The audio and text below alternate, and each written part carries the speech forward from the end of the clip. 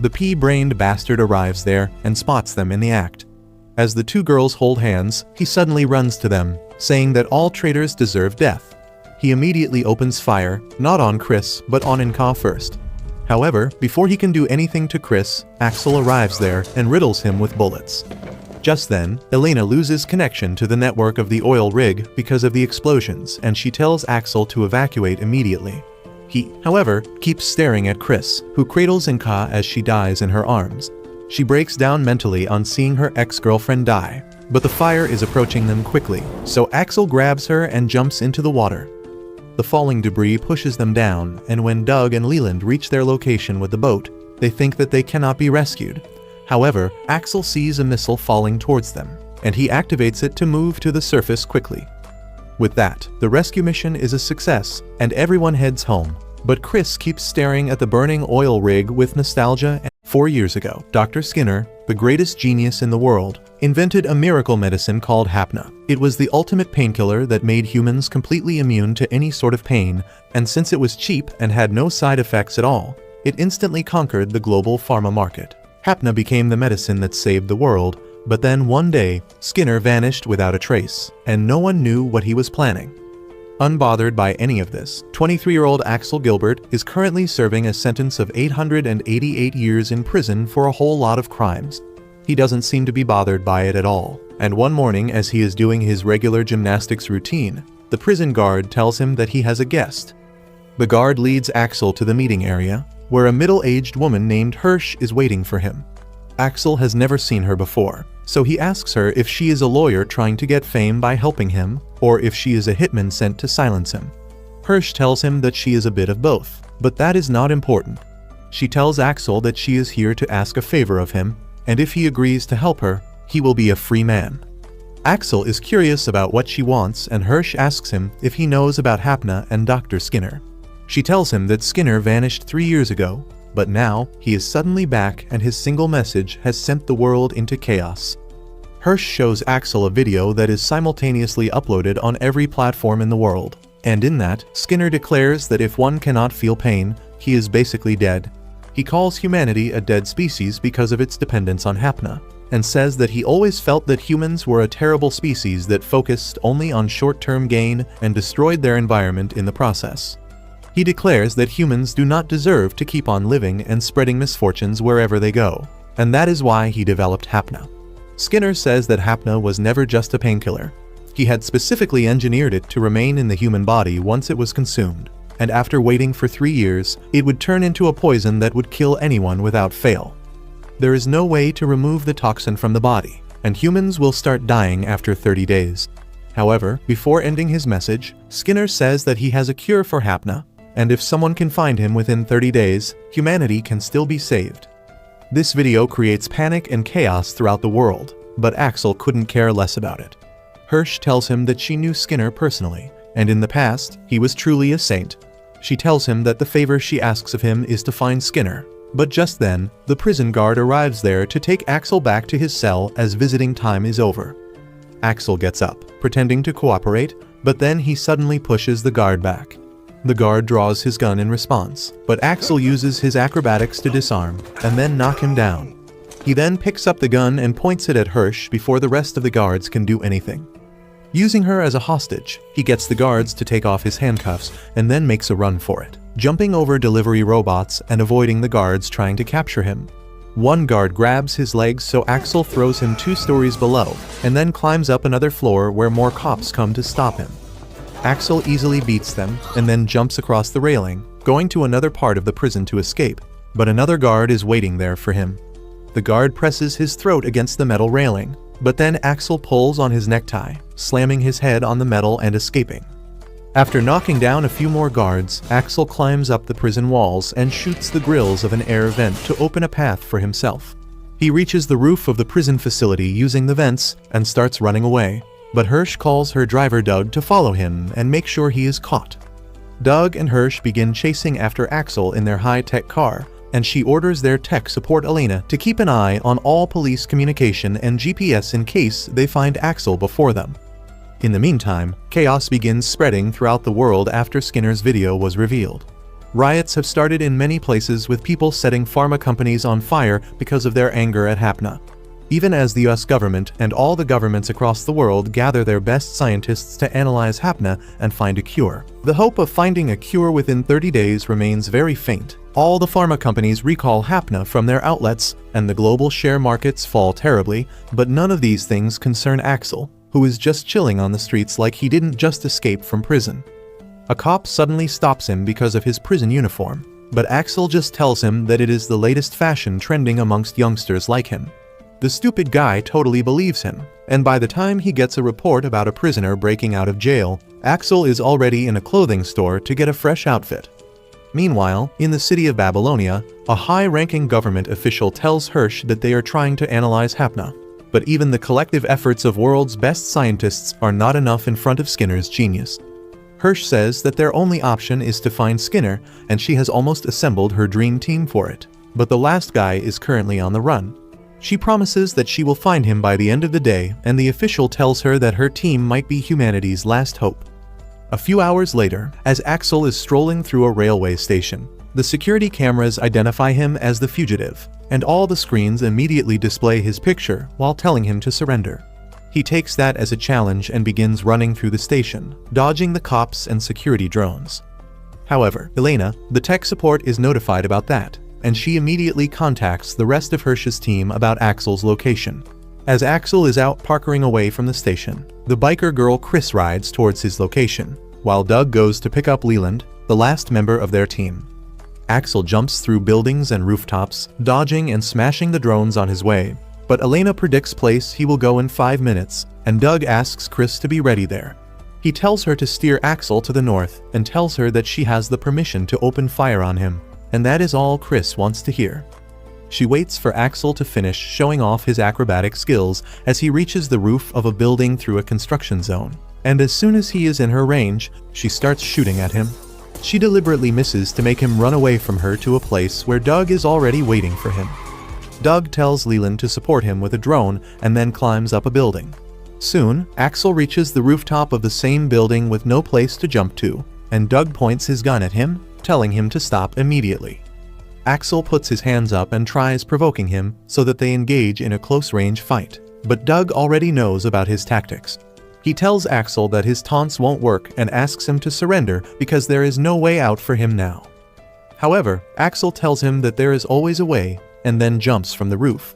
Doug panics because he was not expecting that, but then Axel grabs Leland's drone and uses it to land safely on a truck. He gets on the ground without any problem. But just as he is about to escape, Chris calls out to him, clicking his pictures cheerfully. She acts like a fan, saying that he just gave the most impressive Parker performance she has ever seen in her life. She demands a selfie with him, and being a closeted simp, Axel can't say no to her. However, that turns out to be his only mistake as Chris stuns him using her bracelet, and Axel is knocked out cold. When he wakes up the next day, he finds himself in a barber shop with Elena hiding in a corner. Axel is confused about what is happening, but just then, the rest of the group arrives there. The mirror in front of them turns out to be a screen, and through it, Hirsch welcomes Axel to Team Lazarus, the people who are going to save humanity. Axel immediately tries taking off a bracelet on his hand, but Hirsch tells him that he can't take it off as it is a tracker that will let her know where he is at all times. Axel takes a quick look around the room and finds that everyone has a similar bracelet. He realizes that everyone here is some sort of troublemaker, and Hirsch tells him that this is their golden chance to turn from fugitives into heroes. She asks Axel if he doesn't want to be a free man and live however he wants. In response, he just does a handstand to surprise everyone and then jumps towards Chris, stealing her gun before she can realize it. He points it at her head and tells Hirsch to get the bracelet off his hand if she values her team. However, Hirsch is not falling for his tricks again, and she shocks him using the bracelet, making him drop his gun. She then warns Axel that if he tries to remove the bracelet forcefully, it will heat so much that his arm will burn. Also, if something happens to her, all of them are going to suffer the same thing. Axel realizes that she is not bluffing, so he quickly agrees to work with her, and Hirsch is pleased to hear that. She ends the video call from her end, and then Axel says that if they find Skinner, they should sell the vaccine for Hapuna for a very high price. Chris agrees with him immediately, but Doe shoots down the idea, saying that they are not here for personal gains, but to save the world. Axel replies that being this timeline's version of Avengers isn't bad either, but before starting, he asks if anyone in the team has ever used Hapuna. Turns out all of them used it, either as a medicine or to get high. After that, Doe shows Axel around their base, clearly telling him that he doesn't approve of him. Axel doesn't care about that, but he cares that despite being this world's Avengers, their base is a rundown barber shop. However, he soon finds that the rundown appearance of the shop is just a disguise, and it is protected by a powerful electromagnetic barrier. Next, Doug takes him to their garage to show the way to take out their cars, and then they return to do their first team briefing. There, Doug tells everyone about Skinner's life history from his birth to college life, but Chris interrupts him because she thinks that is the boring part. She asks Doug about Skinner's personality because that will help them find more about him than the useless trivia. Doug gets pissed at this, but he still obliges with her request, revealing that Skinner won the Nobel Prize 3 times but donated all the money to charities. He lived humbly and even abandoned the patents on his inventions so that everyone could get them for cheap. After that, Hirsch joins the group and tells everyone that Skinner was a great advocate for peace and equality. He tried to pursue the world leaders multiple times to do better, but he never got the response he wanted. She shows the team a video of Skinner addressing the United Nations General Assembly, warning them that in 3 years, the ice at the North Pole will have suffered irreparable damage. He asked everyone to focus their efforts on protecting the Earth rather than economic growth, but many countries left the meeting in the middle of his speech. After this failed attempt at convincing the world leaders, Skinner suddenly vanished. The team says that Skinner sounds too good to be true, and then Leland digs up some old social media posts where he was caught helping strangers around the world. No one understands why a good man like this is trying to end humanity, but Hirsch says that it doesn't matter. No one has any clues about Skinner's location since he vanished, and she tells the team that they must be the first ones to find him. Suddenly, Elena interrupts her, saying that she might have found a lead about Skinner. The rest of the group immediately leaves their base in their fancy cars, while Elena and Hirsch stay back at the base. Elena tells everyone that 8 years ago, Skinner brought a survival shelter from a company that cannot be reached through calls or internet right now. Hirsch tells Axel and Chris to check out the shelter and asks Doug and Leland to visit the company headquarters. She then orders Elena to access as many security cameras around the world and run facial recognition scans for Skinner, despite the possibility that he might have changed his appearance in the past 3 years. On one side, Chris asks Axel what he was in prison for and how long was his sentence. As soon as he tells her that he has to stay in prison for 888 years, Chris freaks out and pushes him out of the car. She points her gun at Axel, saying that she is not teaming up with a psycho who has such a big prison sentence. Axel asks her to calm down and Chris asks what kind of horrible crimes did he commit to deserve that sentence. He tells her that he was initially sentenced to just 3 years in the prison, but it got doubled each time he broke out, and before he realized it, it reached the current number. Chris is completely dumbfounded on hearing this and asks why the hell did he break out of jail so often, and Axel replies that it is his hobby. On the other hand, Leland is curious about how Doug ended up on the team. He replies that he just did some small crimes that landed him in jail, and Leland says that he also did some petty thefts that landed him in trouble. Doug calls him a noob, and then tells him that if there is someone who really committed serious crimes in their team, it is Elena, who was a notorious global hacker. Leland doesn't believe him at first because Elena seems a quiet and shy girl to him, but Doug tells him that she is the biggest wild card in their team. Soon after that, Chris and Axel reach Skinner's Apocalypse shelter and Leland and Doug reach the company's headquarters. They find that both the places look abandoned, unaware that someone is waiting to ambush them at the company office, and the shelter has already been searched by another party. Doug and Leland enter the company's headquarters and find that the computers were working recently. As Leland tries to search around the place, a man takes him hostage and asks Doug to tell him where their boss is. Doug doesn't understand what the man wants, when suddenly, a fat guy breaks into the building with his gun pointed at Doug, telling the owner of the company to come out if he doesn't want his employees to die. Everyone gets even more confused at this, but then Doug realizes that both the guys here are debt collectors who have business with the owner of the shelter company. On the other hand, Axel and Chris go inside the empty shelter and find that the power generator is still working. They begin searching each room but find nothing, so they continue their search, and then suddenly, they feel that someone is hiding around the corner. They find a man unconscious on a chair with empty bottles of Hapuna lying at his feet. They immediately corner him and wonder if he is Skinner after getting plastic surgery, and Axel decides that the only way to find out is to wake him up. However, before they can do that, someone starts shouting in Russian and shooting at them. Axel and Chris hide in a corridor, and then suddenly, another group arrives there, yelling in Mexican and shooting at the Russians. Chris worries about what is going to happen next, but Axel starts enjoying himself. He shows off his pendant, saying that it is his lucky charm that keeps him invincible, and then runs right in the middle of the room, unbothered by the bullet storm. Chris thinks that he is crazy, but she has no choice but to support him in dealing with the gangsters and the cartel members. They manage to knock them all out and reach the guy unconscious in the middle of shelter, but just then, the D and the FBI arrive there to arrest their targets. They tell Axel and Churs to drop their weapons, but Axel tells them that he is from Lazarus and asks them to drop their weapons instead. Everyone gets confused because they have never heard of Lazarus before, and then Chris turns on the lights so that everyone can see what is going on. Just as she does this, the man in the chair wakes up and immediately falls on the ground, apologizing to everyone and promising that he will return their money back. He clings to Axel's leg, begging him to save him, and in return, Axel punches him hard enough to make him bleed. He then does an instant DNA test to confirm that he is not Skinner, and all the parties in the shelter are disappointed. It turns out that the guy was the owner of the shelter company who was hiding from the debt collectors in Skinner's bunker. On the other hand, Leland hits it off with the debt collectors after hearing their stories, and Doug receives a call from Chris telling him what happened at her end. He feels that the search mission is not going to be easy, but he has no idea how difficult it is going to get in just a few minutes. Back at their base, Elena suddenly finds a Skinner on a security camera footage, but then suddenly, thousands of cameras around the world begin showing Skinner's face at the same time, confusing both Elena and Hirsch. Soon, the rest of the team returns to the base, and they find that there are already 100,000 Skinners all over the world, and the number keeps on growing. Doug realizes that someone must have hacked into the security systems and swapped the faces with Skinner, but Elena tells him that it is much more complex than that. All biometric signs and even the thermal imaging of these people are like Skinner. Elena says that she knows only 3 hackers in the entire world who could pull this off, and she is one of them. Everyone is shocked to hear this, but Hirsch tells Elena to find the location of both the hackers so that they can find which one of them is helping Skinner.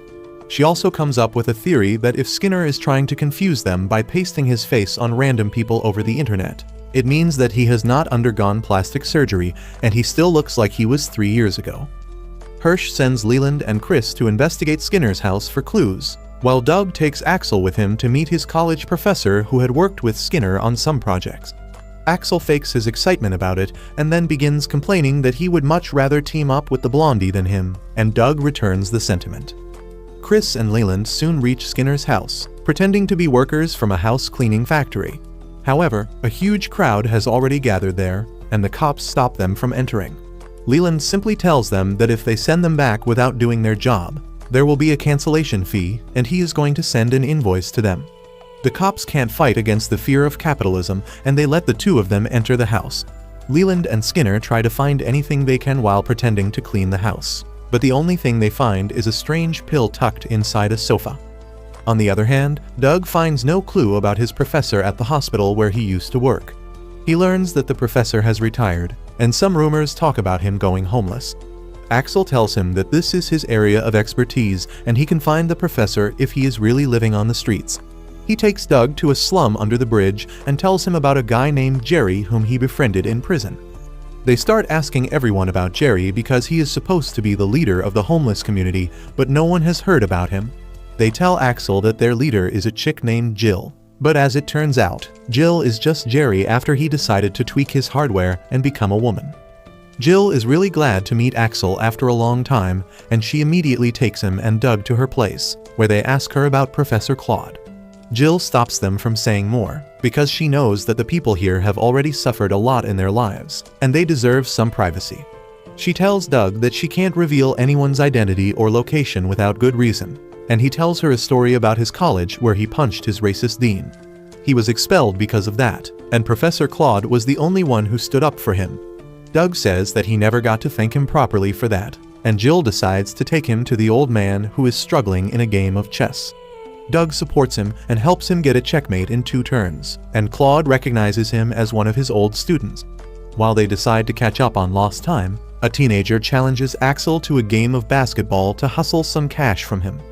Professor Claude takes Doug to his tent, ashamed of how far he has fallen, but that doesn't concern Doug. He asks the old man if he knows anything about Skinner's location, and he replies that they have not talked for years. He tells that while Skinner appeared like an honorable genius to the world, in reality, he was so obsessed with his research that he became blind to everything else. Claude says that he couldn't keep up with the madman, so he cut all ties with him, but he remained jealous of his talent and achievements. In order to outdo Skinner, he faked the results of his experiments, and when the university found out, they fired him, which is how he ended up here. He suddenly remembers that Skinner once talked at length about the baklava his grandmother made, and how she lived in a small village in Istanbul. Claude doesn't know if the woman is still alive, but that is enough for Doug to count this mission as a success. He gets up, thanks Claude for standing up for him in the past, and then leaves to find Axel, who has been humbling the arrogant teen for the last 15 minutes. Seeing the look on Doug's face, Axel realizes that he got a clue, and they leave to their base. Once they reach the base, they try searching for Skinner's grandma, but there is no information about her online. Doug suspects that it was erased intentionally, but there is no way to prove that. Suddenly, Elena finds a suspicious location where the crime rate is quite high, but no security cameras are active there. Doug thinks that it can be the place where Skinner is hiding, but Leland and Chris think that it might be a trap. Axel says that the only way to find the truth is to go to the place, and they take the Hyperloop to Istanbul.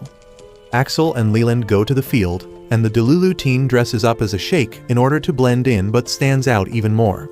Axel doesn't care about that because it only makes his plan of creating trouble and getting attention easier, and soon they are surrounded by a local gang. Axel tells Leland that they need to run, but he finds it difficult to do that in his long flowing gown. Axel comes to rescue him and knocks down a couple of guys before pulling him along. He climbs on a moving bus and then jumps over the tin roofs to escape. But Leland has never done anything like that before, and he falls through a roof, right into the room of a girl playing with her dolls. The dumb girl thinks that Leland is the prince of her stories and invites him to play with her, but then the gangsters come there looking for him. They try to take off his bracelet, thinking it is an expensive watch, and when it doesn't come out, they get ready to chop off his hand. At the same time, Axel also starts looking for him, but then Leland screams that he was just here to eat Grandma Belinda's baklava. And that causes the gangsters to immediately stop their attempts to cut his hand because they know that the old lady's pastries are to die for. The gangsters safely escort Leland and Axel to Belinda's place, and she gives them their share of baklava to send them on the way. She then invites her guests inside, trying to explain that the boys from the hood are just misguided and not bad people. After that, she gives them her famous baklava, and they realize that it is really the best in the world. She then asks them who they are, and Axel decides to be honest with the old lady. He tells her that they are secret agents, and Belinda turns out to be a Bond fan.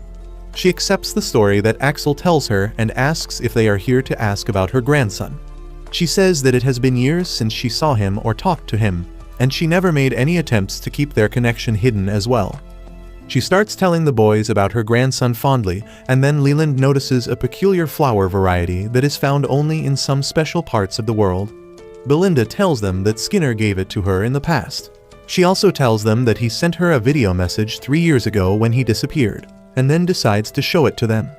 The message has nothing special about it, and Leland says that Skinner doesn't look like the kind of guy who would one day commit the worst massacre in human history. Just then, Belinda tells them that she has got a new batch of baklava ready, and while Leland loses his focus on hearing that, Axel begins looking around the room. He is sure that there is a video camera somewhere in the house because Skinner would know people would come to see his grandma, and he would want her to be safe. He quickly finds the camera and tells Skinner to remember his face because he is the guy who will bust ass.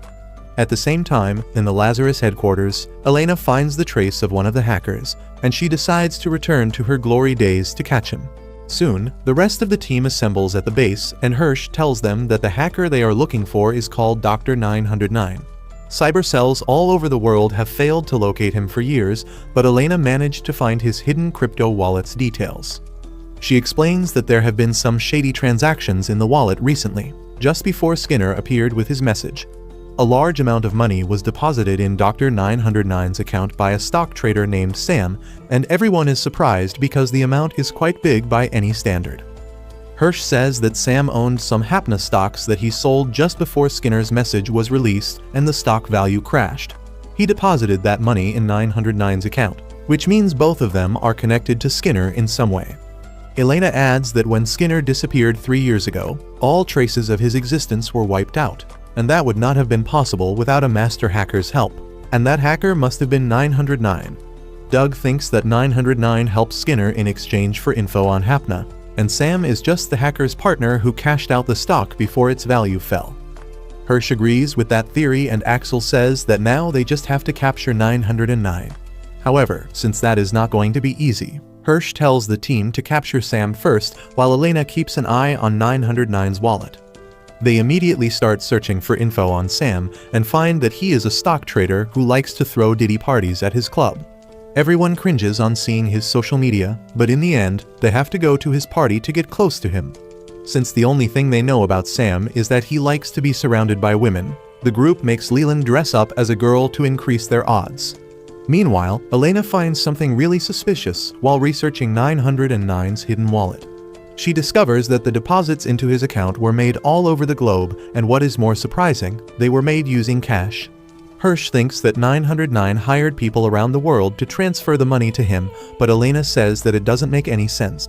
She explains that 909 would have to meet the people personally and give them an access device so that they could make the deposit. Hirsch tells her to check the security cameras for the atoms where the deposits were made, and she starts looking into it. She finds that the person making the deposits has completely covered his face, and she can't even tell if it is the same person in all the videos. Back in the club, Axel and others get entry to the party, and Doug tells the girls that their mission is to catch Sam's eye and get an invite to his private area. He tells them that once they are in the private zone, they should lure him somewhere secluded. Leland nervously asks what happens if they fail in doing that, and Axel replies they will just kick some ass and kidnap Sam using force. Doug immediately shoots down the idea because they can't risk creating a scene here. With that, they enter the party floor, and Chris immediately forgets about the mission because the party looks lit. She gets excited and hits the dance floor, while Leland nervously hides because he is not comfy with cross-dressing just yet. In the meantime, Doug and Axel scope out the security of the club. Axel tries going to the upper floor, but the guard stops him because he doesn't have VIP access. Just then, a bunch of guys arrive there, and their leader shows a glowing tattoo to the guard that allows him and his friends access to the VIP zone. They return to share the information they have collected, and then Axel goes to Chris, who is ordering expensive cocktails at the bar. Just then, a drunk guy with a VIP tattoo comes there for a drink, and Axel follows him, while Chris rizzes up the bartender to get info about Sam's arrival. Axel follows the drunk guy into the washroom and knocks him out before scanning his tattoo. And at the same time, Doug goes to Leland and asks him why the hell is he hiding in a corner when he is supposed to be acting like a thought and attracting attention. Leland tells him that he is too shy to dance alone and asks Doug to accompany him, and he has no choice but to play along. They enter the dance floor, and Doug immediately steals all the attention with his wacky moves. Leland gets nervous on seeing this, but then suddenly, his cute looks get someone's attention. At the same time, Chris is complaining to Axel that she danced her ass off, but no one picked her. Just then, they get a call from Leland that he was picked, and Axel says that maybe Leland is really the better looking one, and that pisses Chris off. Anyway, she joins Leland and enters the VIP area just as Sam arrives. They try to suck up to him, but he is as obnoxious and arrogant as they thought, and they can barely act interested in him. Leland doesn't even want Sam to touch him, so he moves aside when he tries to put his arm around him. While this rubs Sam the wrong way, his DJ for the night takes an interest in the innocent-seeming Leland. He takes him to the corner and tries making his move, but just then, a waiter comes there and tells him that it is time for him to take the stage. The DJ reluctantly leaves, but asks the waiter to keep an eye on his girl so that she doesn't escape. At the same time, Axel uses the copied VIP tattoo to get access to the higher floor, but the guards get alerted because they figure out that he stole the tattoo from someone. Back in the VIP area, Sam makes all the girls play a drinking game, but the drink was roofied, and they all pass out.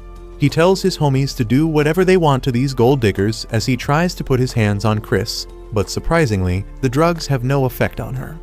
She throws Sam on the ground and then completely obliterates him in hand-to-hand combat as his buddies watch. She then kicks him with full strength and Sam falls down from the VIP area, landing on top of his DJ. On the other hand, Elena finds that another transaction has just happened in 909's wallet, and the location is near their city. She examines the security footage and finds the man going to the roof of a nearby building. Elena switches to a different camera as she finds the guy walking towards a helicopter on the roof, and she manages to get a clear image of the man who turns out to be the DJ named Visionary. Elena now understands that the reason Visionary could make all these deposits from around the world was because he was on a world tour.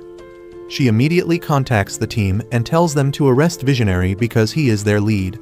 Axel and Doug, who were just about to be arrested by the guards themselves, take this as their clue and start throwing hands, stealing weapons from the guards in the process. Sam and Visionary notice this and immediately run towards the helicopter. Meanwhile, Leland also escapes during the chaos, but the waiter chases after her, so Chris shoots the waiter down and rescues him. Soon, more guards arrive there, and a gunfight between them and Team Lazarus starts. Axel notices that Sam and Visionary are trying to escape in their helicopter, and Leland immediately moves to bring their car around. Axel and others dash towards the helicopter to stop their targets, but the guards are blocking their way. Axel uses Chris as a prop, making her shoot the guards after he runs out of bullets. But by that time, Sam's helicopter has already taken off. Axel is not about to let him go away so easily, so he leaps from the building and grabs the helicopter, much to everyone's shock. Sam orders his helicopter's AI to shake Axel off, but the AI refuses to do such a thing, so he kicks it hard, causing it to malfunction. The helicopter loses balance and starts nosediving towards the city, and Axel somehow avoids a crash by using his legs to change its direction. Meanwhile, Leland and Doug are in the car, chasing after the helicopter.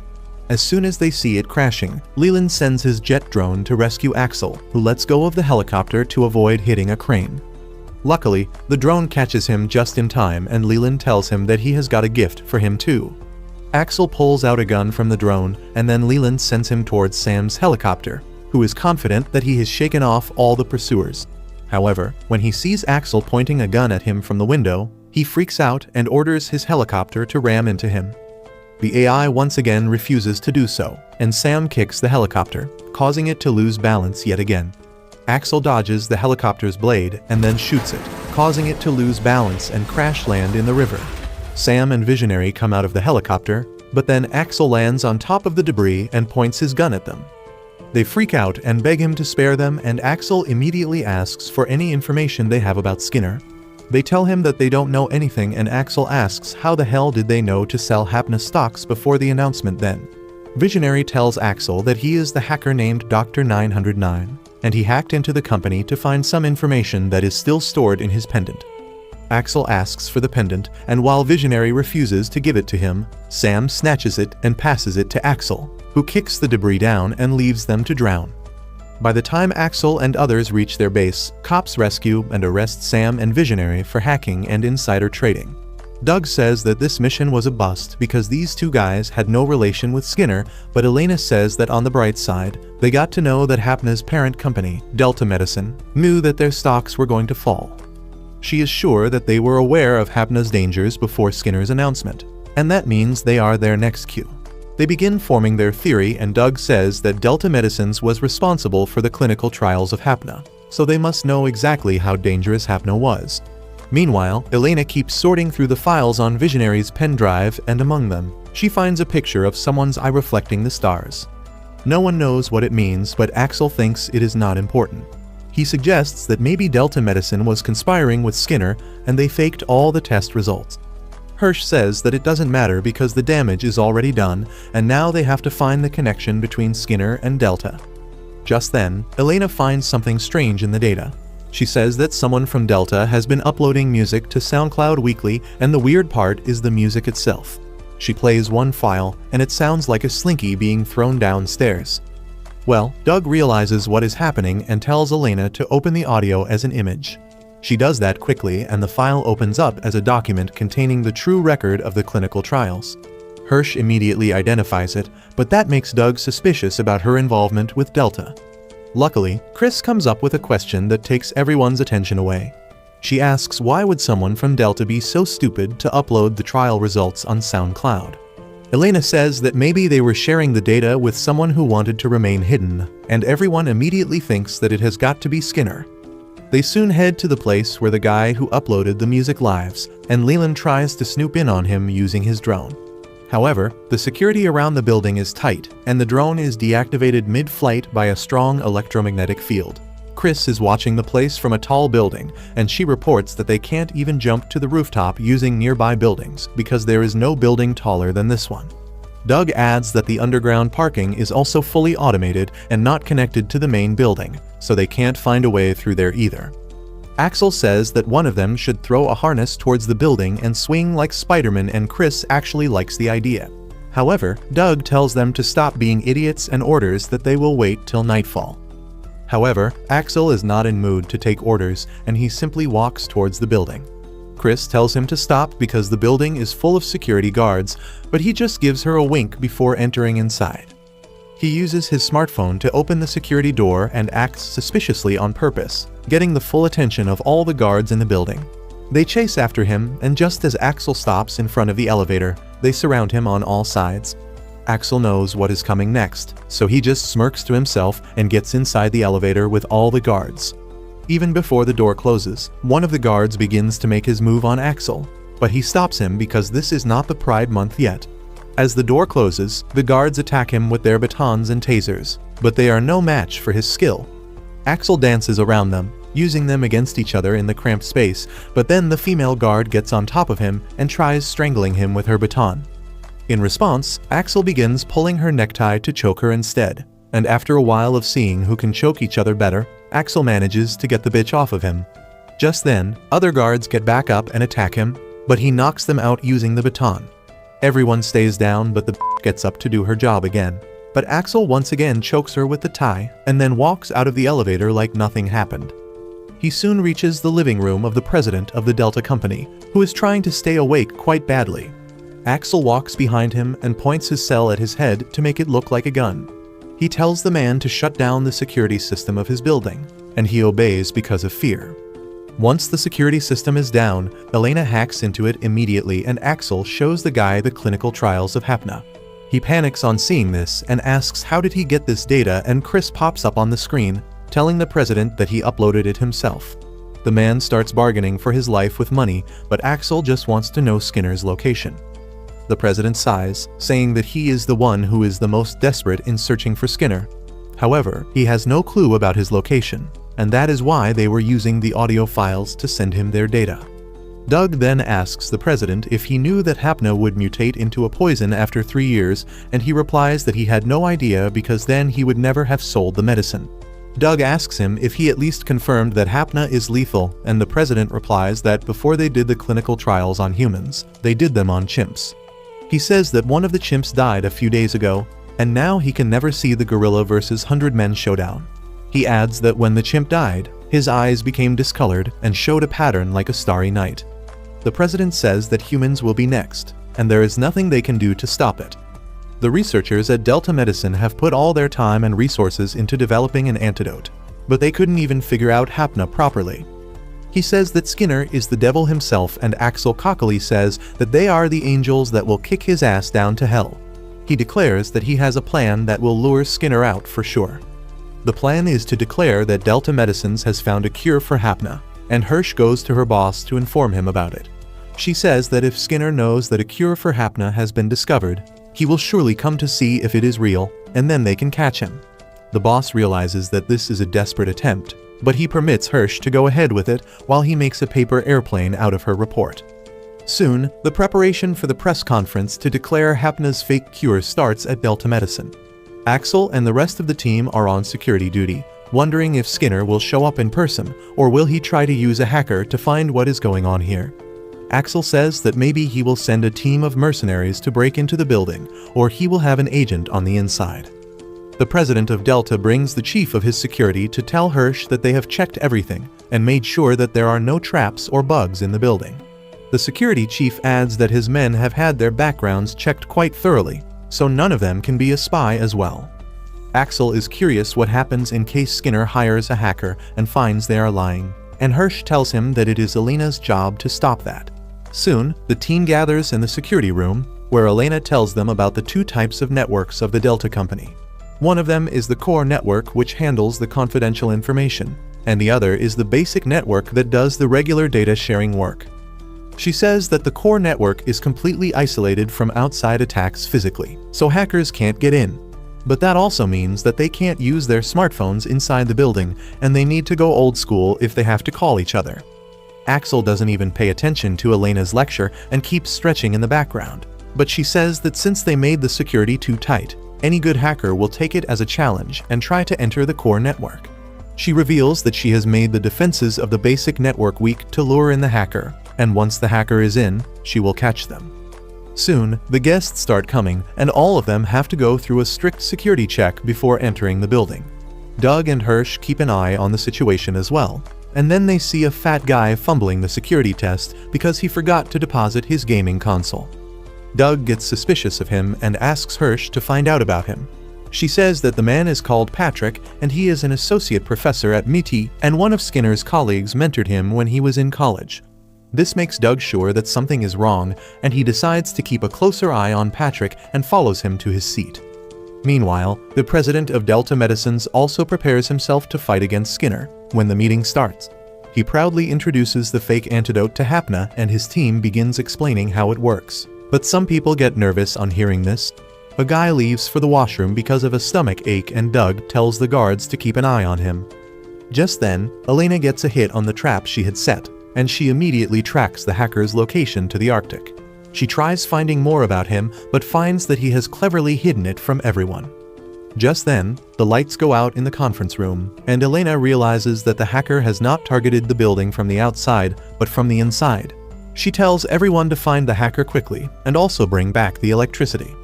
Axel immediately goes after the guy who went to the toilet, but the poor old man was really just dropping a log in the toilet. In the meantime, Leland and the guards check the electricity control room, and they find no problem there as well. This confuses everyone, but then suddenly, a guy starts running towards the stage in the conference room. He smashes the case in which the fake cure is being displayed and injects himself with it, laughing that now he is not going to die. The guards tackle him and arrest him, but the man tells them that he doesn't care because now Delta Medicines can't monopolize the cure. Doug bursts his bubble by telling him that the medicine was just saline solution with green food coloring, and then shuts the door on his shocked face. It turns out that the hacker is a plus-sized girl sitting in a cozy room. She goes all out and makes the escalators, the doors, and even the taps go out of control. Elena quickly reprograms the system to stop her, and the hacker gets even more excited about beating her now. She raises the temperature in the control room by hacking the AC, and when the workers open the door to get out, she gets further inside the system. The hacker gets into the core network, and Elena finds that they are being attacked from 50 different points. She immediately realizes that it is the same number as the guards and concludes that they are being hacked through their walkie-talkies. Axel confronts the chief of security about it, and he replies that the manufacturer of the walkie-talkie recently recalled the previous batch because of some error and sent them the new ones with better features instead. Elena's theory is verified, but she still doesn't know how to stop the hacker. But then she decides to use her secret weapon. She stops protecting the core network and reveals a fake antidote formula for the hacker to steal. However, the formula contains a virus that tells her that the hacker is located in the Pakistan Stock Exchange and is using the high bandwidth to attack them. Hirsch immediately uses her contacts to get the Pakistan police to raid the stock exchange, but it is completely empty because it is midnight and the hacker is actually traveling in a van. She heads to the mountains after succeeding in her mission and opens the cure formula file, but the virus completely takes over her laptop, so she decides to ditch it. Once she does that, Elena can't track her anymore and she loses hope. Luckily, the building's system returns to normal because of that. Elena is depressed because she lost against a hacker, but just then, she receives a call from the same hacker, who turns out to be Popcorn Wizard, the third legendary hacker who is on the same level as her. Elena nervously picks up the call and Popcorn Wizard gives her major props for almost busting her. She tells her to try better next time and cuts the call, but that gives Elena to do her best going forward. The next day, Doug comes to their base with an old magazine and Chris asks if he found it in his grandfather's stash because no one uses paper anymore. Doug tells her that this is a spiritual magazine from 15 years ago and it talks about a researcher from MIT visiting a communion. That researcher is none other than a young Skinner, and everyone is surprised to see him. Hirsch picks up the magazine and reads that Skinner, a young and relentless researcher, was heavily impressed by the ideals of the communion. She drops the magazine just after reading that, and Axel asks if this is some sort of clue. Doug explains that the communion that Skinner visited is a full-blown religion now, and it is called the Tower of Truth. Elena gets startled on hearing that name, but tells Doug to continue with his presentation. He says that the Tower of Truth worships an AI software that they believe has achieved perfection and reached godhood.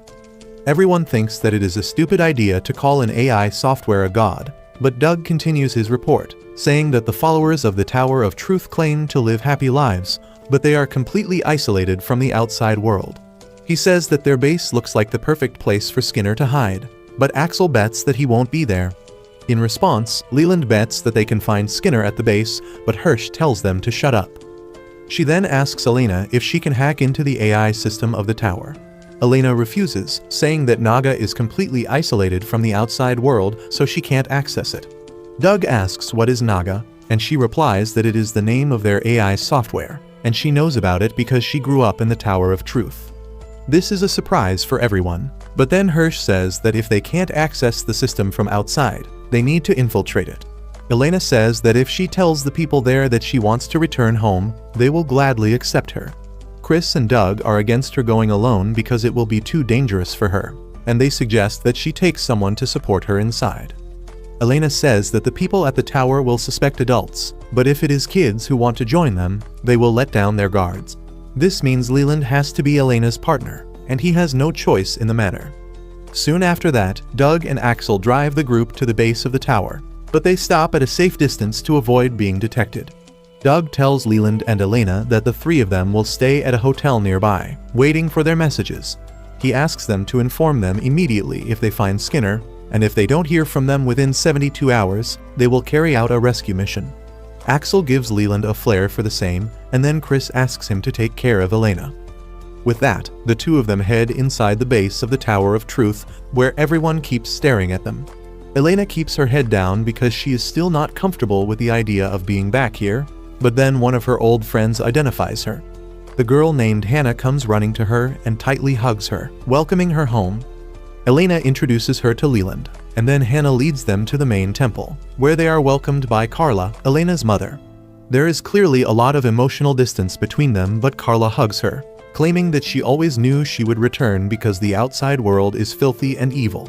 Just then, the leader of the cult, Billy, arrives there to welcome Elena and Leland, and says that it must be the blessing of God Naga that they returned just in time for the festival.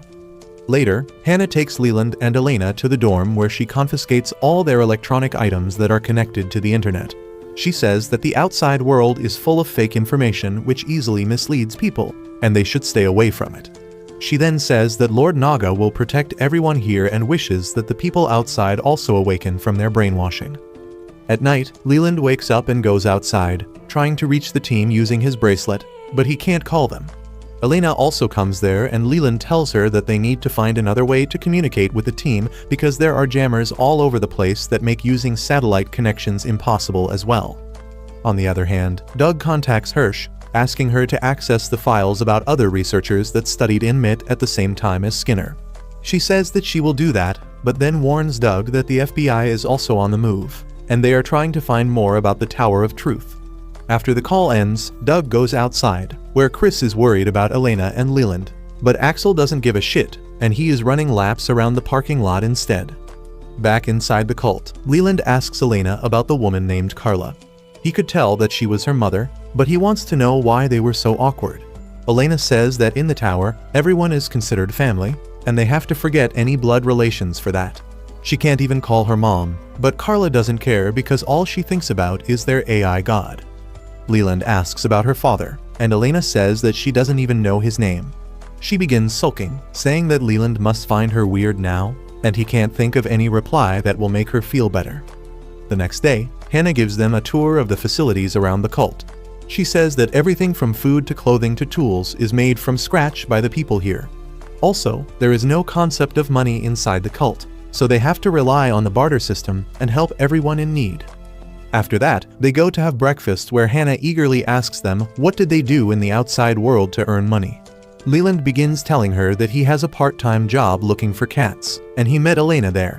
He then suddenly starts recalling the horrible experiences he has had ever since he became a member of Team Lazarus, from being taken hostage to dressing as a girl. Just then, Billy comes there to start the prayer before the breakfast, and then he tells everyone to start eating. Leland hesitates on eating a weird purple soup that honestly looks like Thanos cream, but Billy keeps pushing him and he has to swallow it in the end. On the other hand, Axel is still goofing around while Doug has found more information about the AI system Naga that the Tower of Truth worships. He tells Chris that Naga was a neural network developed at MIT 15 years ago. Chris asks what a neural network is, and he explains that it is an AI system based on the activity of a human's brain. The human they based the Naga AI on was none other than Skinner, and they were able to control its ego and other parts of human psychology during the test runs.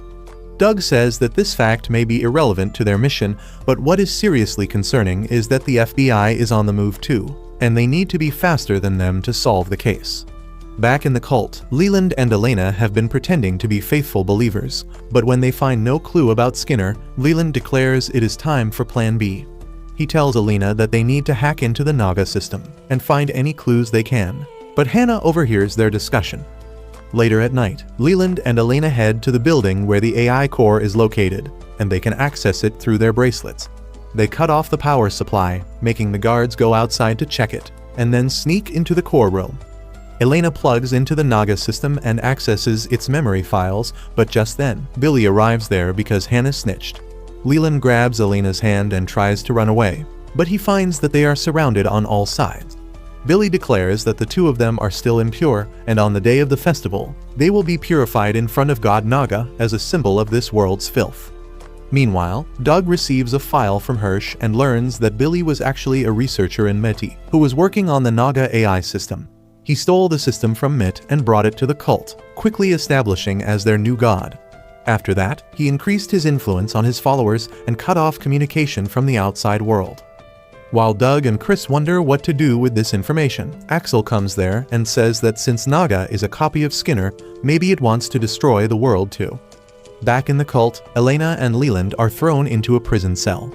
He asks her what is the purification and the holy festival that Billy mentioned earlier, and she replies that she has no idea about the festival because it was not started in her time.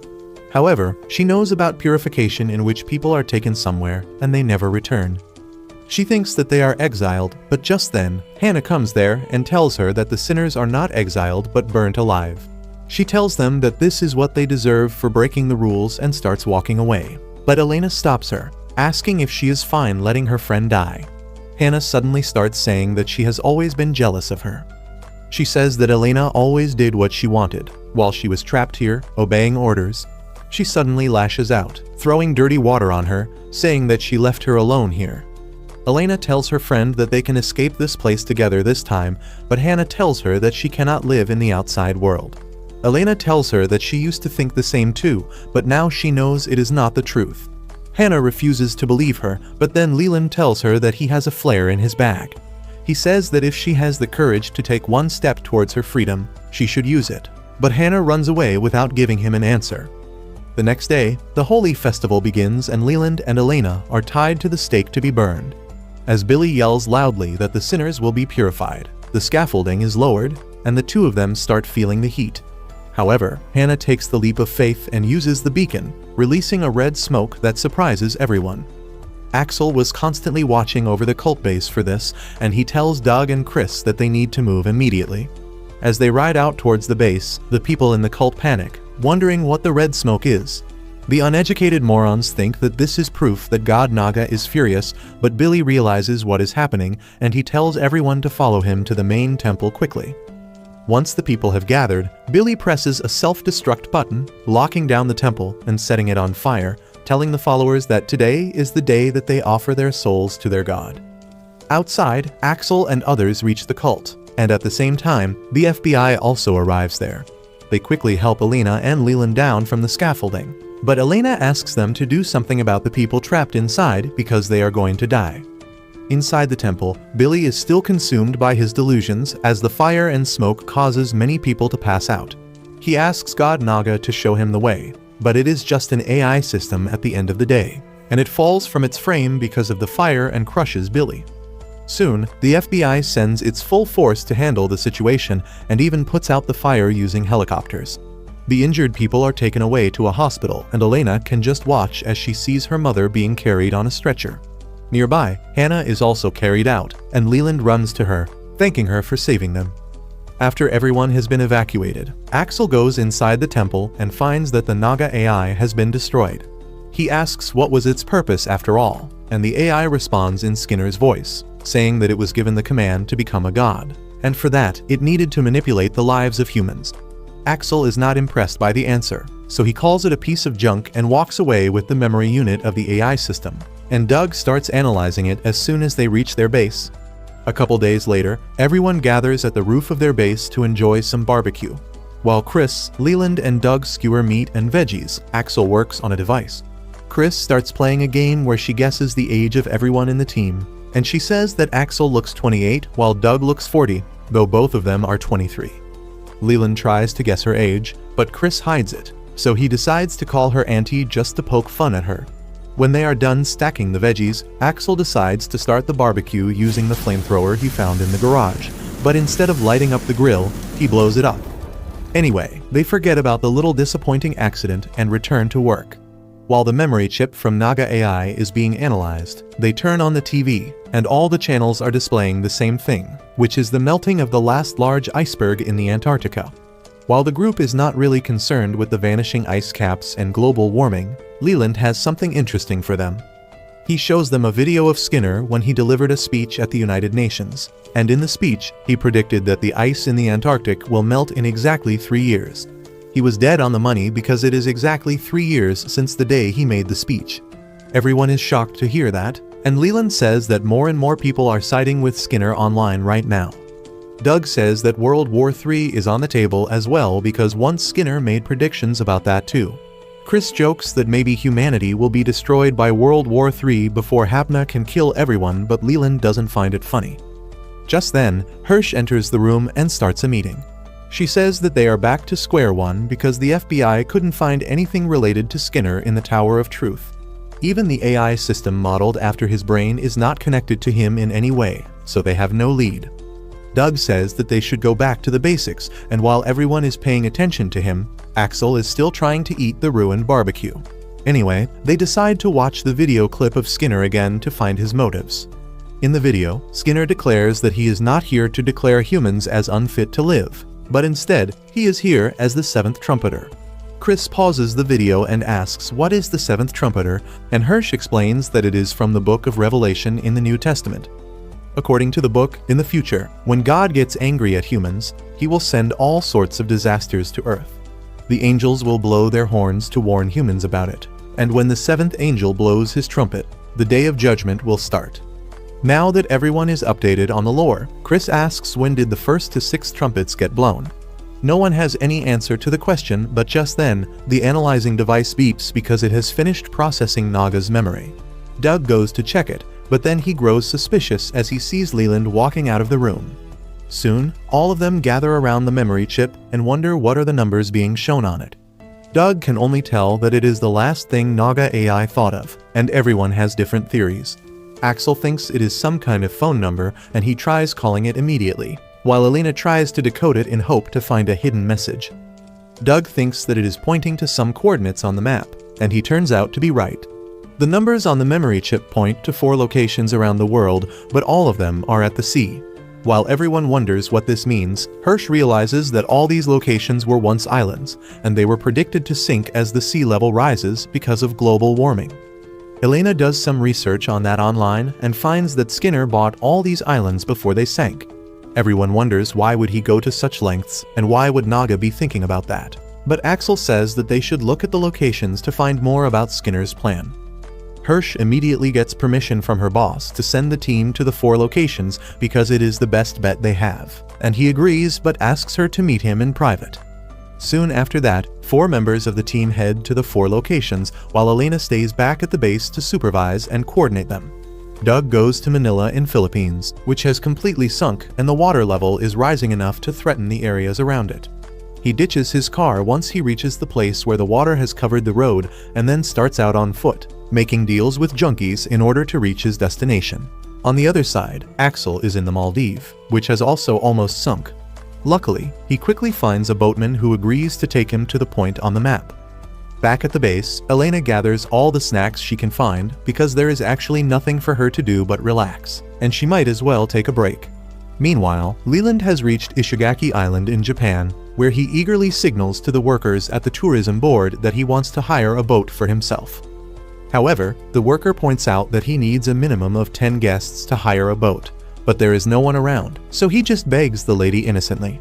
At the same time, Chris is in full party mode in Fiji and she buys an electric boat instead of begging or borrowing. Elena watches their visuals as they head to their positions and everyone reports that they will reach the exact coordinates around 10 minutes. But Chris has already reached her point, so she decides to go scuba diving. However, another high-speed boat passes nearby, causing her to lose her balance and she wonders what is their deal. Soon, the others also reach their location and find nothing special at first glance. Leland suddenly asks if Team Lazarus will be disbanded once they find Skinner. Doug affirms, saying that once they have achieved their goal, there will be no need for them to stay together, and Leland replies that it seems like a waste. After that, all of them dive into the sea, but they don't find anything. Chris says that it has been so long since she saw a clear sea and blue sky like this, and others agree with her because the city is too polluted and the skies are always gray. She wonders if Skinner wanted them to see how places remain beautiful without humans ruining them.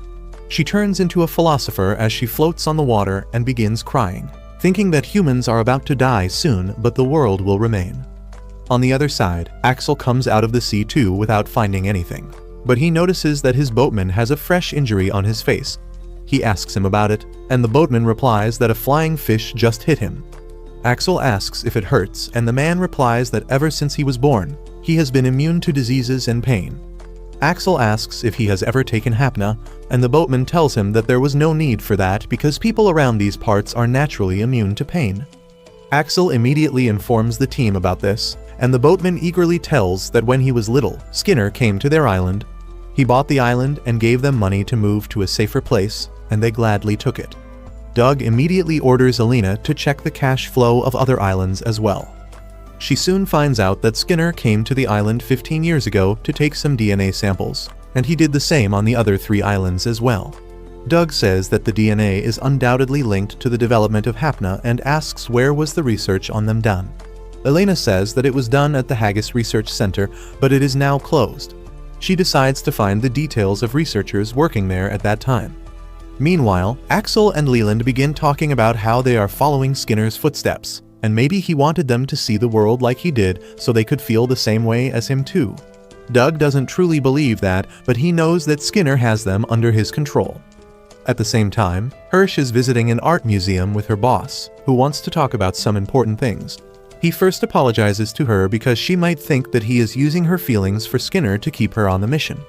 However, Hirsch tells him that she doesn't feel that way, and she wants to find Skinner no matter what.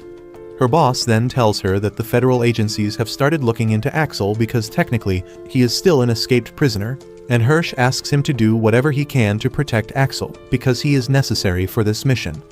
Soon, they reach a painting titled The Resurrection of Lazarus, and the boss asks Hirsch the main question. He wants to know if she thinks that Skinner sold his soul to the devil or something happened to make him turn evil, but she doesn't agree with that. She says that Skinner is still the same man she always knew. She says that he was always too sincere, and even right now, he is doing things as sincerely as he can. She believes that he also wants to be found because he has not lost hope in humanity, and her boss hopes that she is right.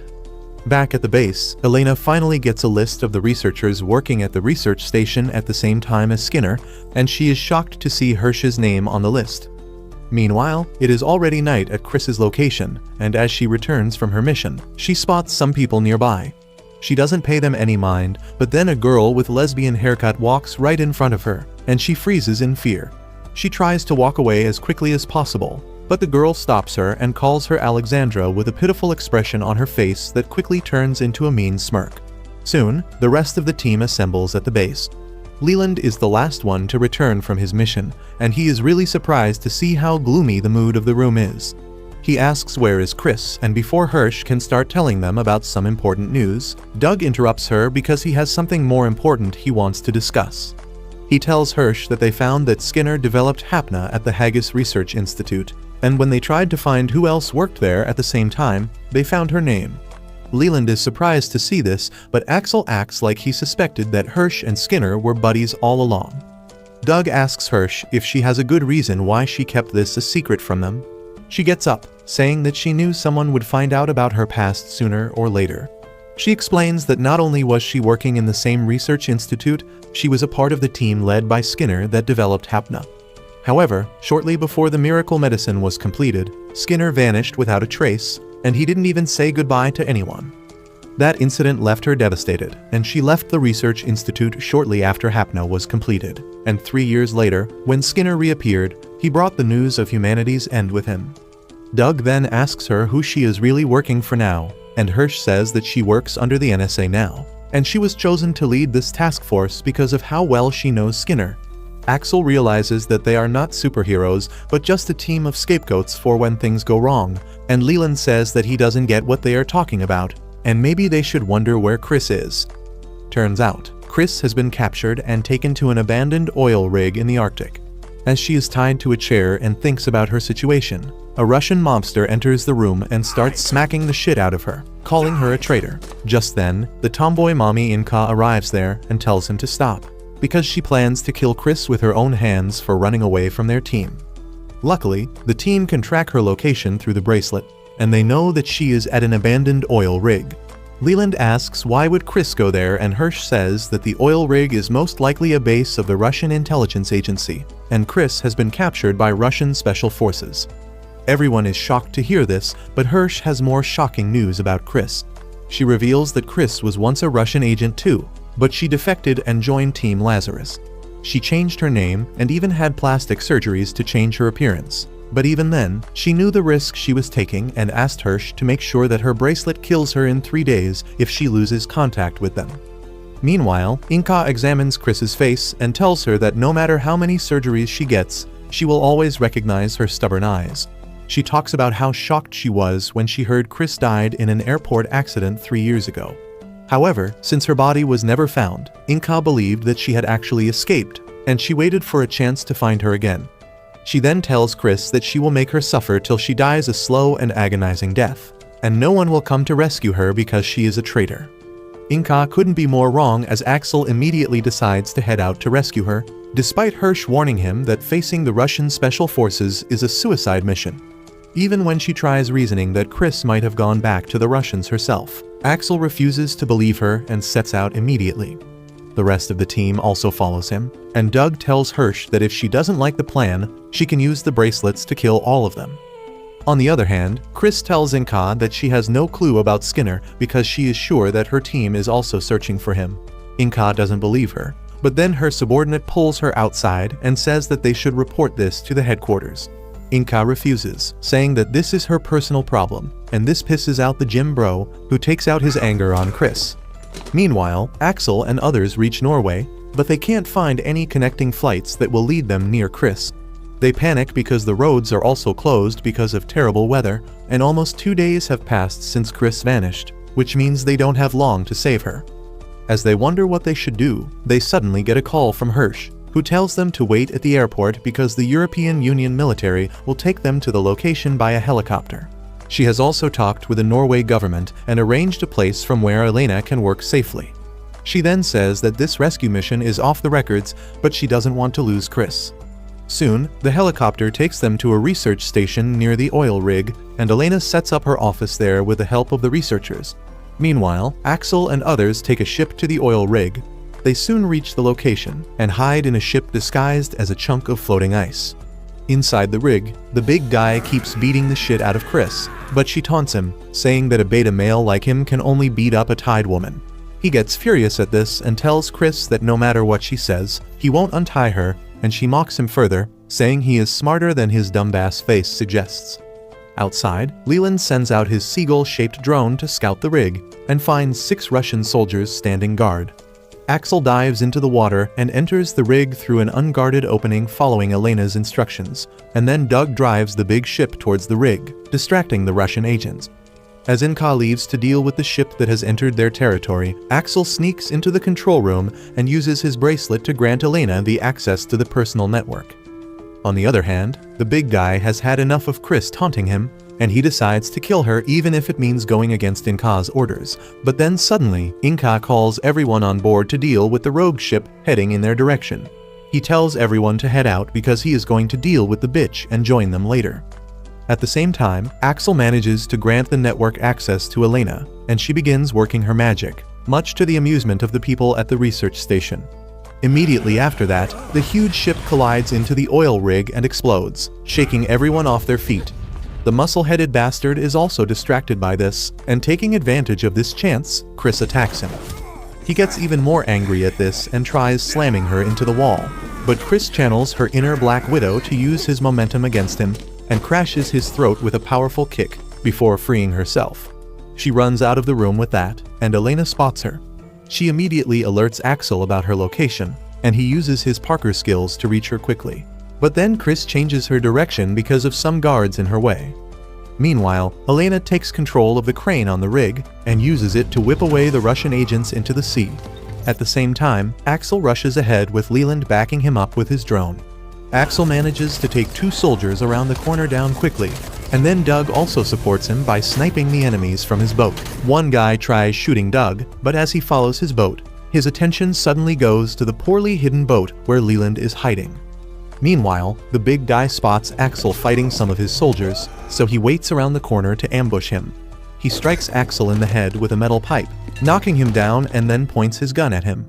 Just then, another soldier comes from behind, cornering Axel on both sides, but Leland crashes his seagull drone into the soldier, knocking him out. That is enough to distract the musclehead, and Axel manages to disarm him. However, even then, he struggles in a fist fight against him and gets thrown off the building. At the same time, some soldiers shoot the boat Leland is hiding in, setting it on fire.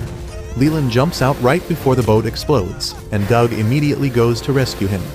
Meanwhile, Elena rescues Axel before he can fall into the sea and sends him back to the rig to continue fighting.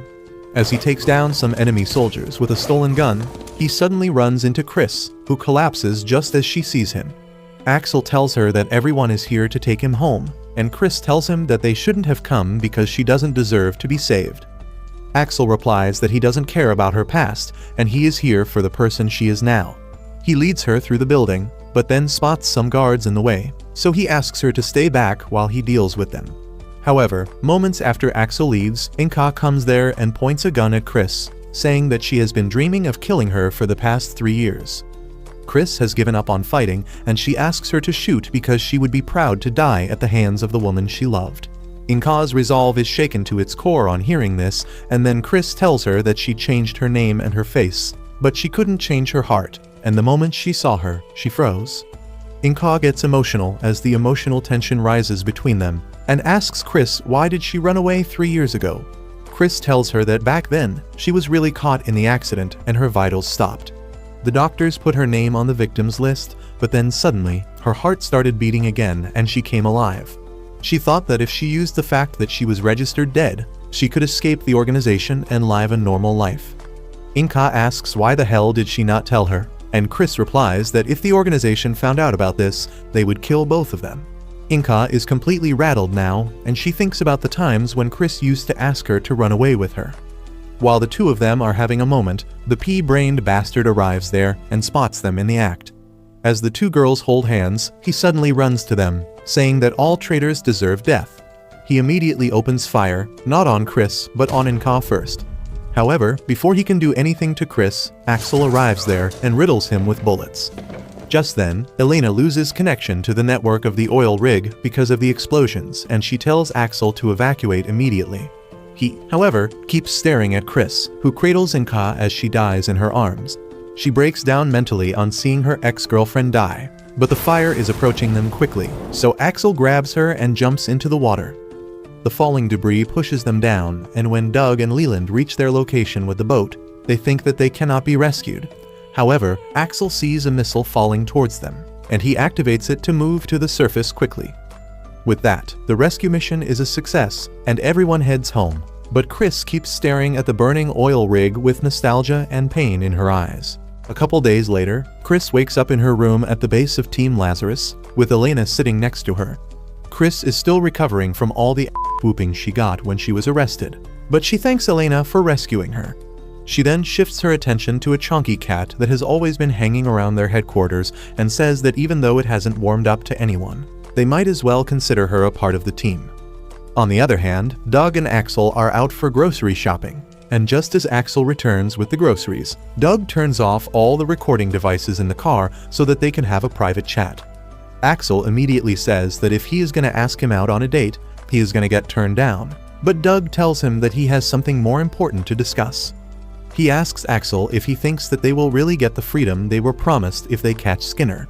Axel replies that it might be possible, but on the other hand, they know too much about the secrets of the higher-ups, and it is more likely that they will be disposed of once their job is done. Doug agrees with him, saying that they made Lazarus a separate unit from the NSA, so that clearing all records of their existence will be easier, and they might already be planning about what to do next. Turns out, he is right on the money, because currently, a meeting is being held in the Pentagon to discuss the fate of Team Lazarus. The council who know about it say that Team Lazarus was formed to capture Skinner, but not only have they failed to do anything till now, they have created more problems than they have solved. They instigated a public shootout on their first day itself, and then became the cause of a helicopter crash, a fire in a cult compound, and recently, they burned down a Russian oil rig. They think that Team Lazarus is a liability, and they have evidence about an Eastern European military helicopter dropping them near the oil rig. Hirsch gets nervous on seeing this, but her boss says nothing to defend the team. The council further adds that one member of Lazarus is a former Russian spy, and they can't trust her because she might be selling information to her country. The other members join in, saying that they don't even know if Lazarus is working to find Skinner. And before Hirsch can say anything to help the situation, another guy raises his hand and says that he has a way to reveal the truth. He says that his team made contact with a member of Lazarus, and he is ready to testify in front of the council about the actions his team has taken so far and how they are connected to finding Skinner. The council gives him permission to bring in the guy as witness, and it turns out that Leland is the witness, leaving Hirsch aghast. Leland is brought before the council, who question him about his association with Lazarus before moving on to the interrogation. They first ask him about their latest mission in the Arctic and how it was related to finding Skinner. Leland says that the mission was to rescue Chris, and it had nothing to do with Skinner. The council finds a solid chance to put Team Lazarus down, as they say that the incident that has caused international tension was just Lazarus acting on their own to rescue a member. Leland affirms, but he also says that Chris is important to their mission, and they needed her back in the team to catch Skinner eventually. The council asks if he really thinks that it was worth causing international conflict to rescue just one member, and Leland replies that right now, finding Skinner is more important than any conflict. Suddenly, the guy who brought Leland in starts questioning him. He first asks if the members of Team Lazarus are working on any other project besides finding Skinner, and Leland replies that they are not. The man then asks him about Axel, because all they know about him is that he was in prison before, but they don't know the details about his rap sheet. Leland says that he doesn't know the details either, but he has heard from Axel that he has a hobby of breaking out of prisons, and someone might have erased the details to hide that fact. With that, the council asks Leland to step down because they have reached a verdict. They declare that no matter what their intentions were, Team Lazarus has caused many problems, and it must be held responsible for that. However, before they can pass judgment, a man comes running inside the room, telling everyone that Skinner has just released a new video. The video is immediately played on the screens all around the world, and Skinner says that it has been 20 days since his previous message, but no one has found him yet.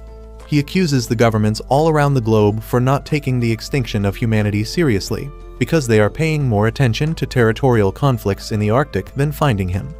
Skinner then drops another bombshell, saying that the first guy who took Hapuna will die in 10 days, and he is that guy. He declares that if they can't find him within 10 days, there will be no hope for humanity. The people around the world are shocked that Skinner has not taken the antidote yet, but he tells them that the fate of humanity is still in their hands. His message ends with that, and Hirsch's boss starts laughing, saying that Skinner just said everything he was about to say to the council. He gets up and tells the council that this meeting is the most stupid thing they could do right now. He asks them what is even the point of sabotaging each other when they should be cooperating to find Skinner. He declares that his team has the best chance of finding him. He asks the council if they disband Lazarus and no one can find Skinner, who is going to take responsibility for that.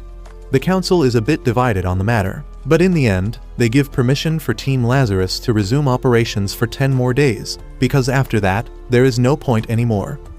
With that, the meeting ends, and the guy who brought Leland in says that Axel is the serial prison escaper he has been looking for, and they need to catch him at all costs.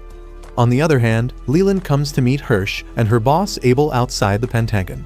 Hirsch welcomes him by sucker punching him in the gut and says that she was ready to kill him when he started his testimony that showed Team Lazarus in bad light. However, as it turns out, all of this was part of Abel's plan, and he had told Leland to act like he was spying for the guy so that he could fool him. Abel tells Hirsch that he kept it a secret from her to make sure that it doesn't look like an act, and she realizes that he could trust Leland because he was friends with his dad.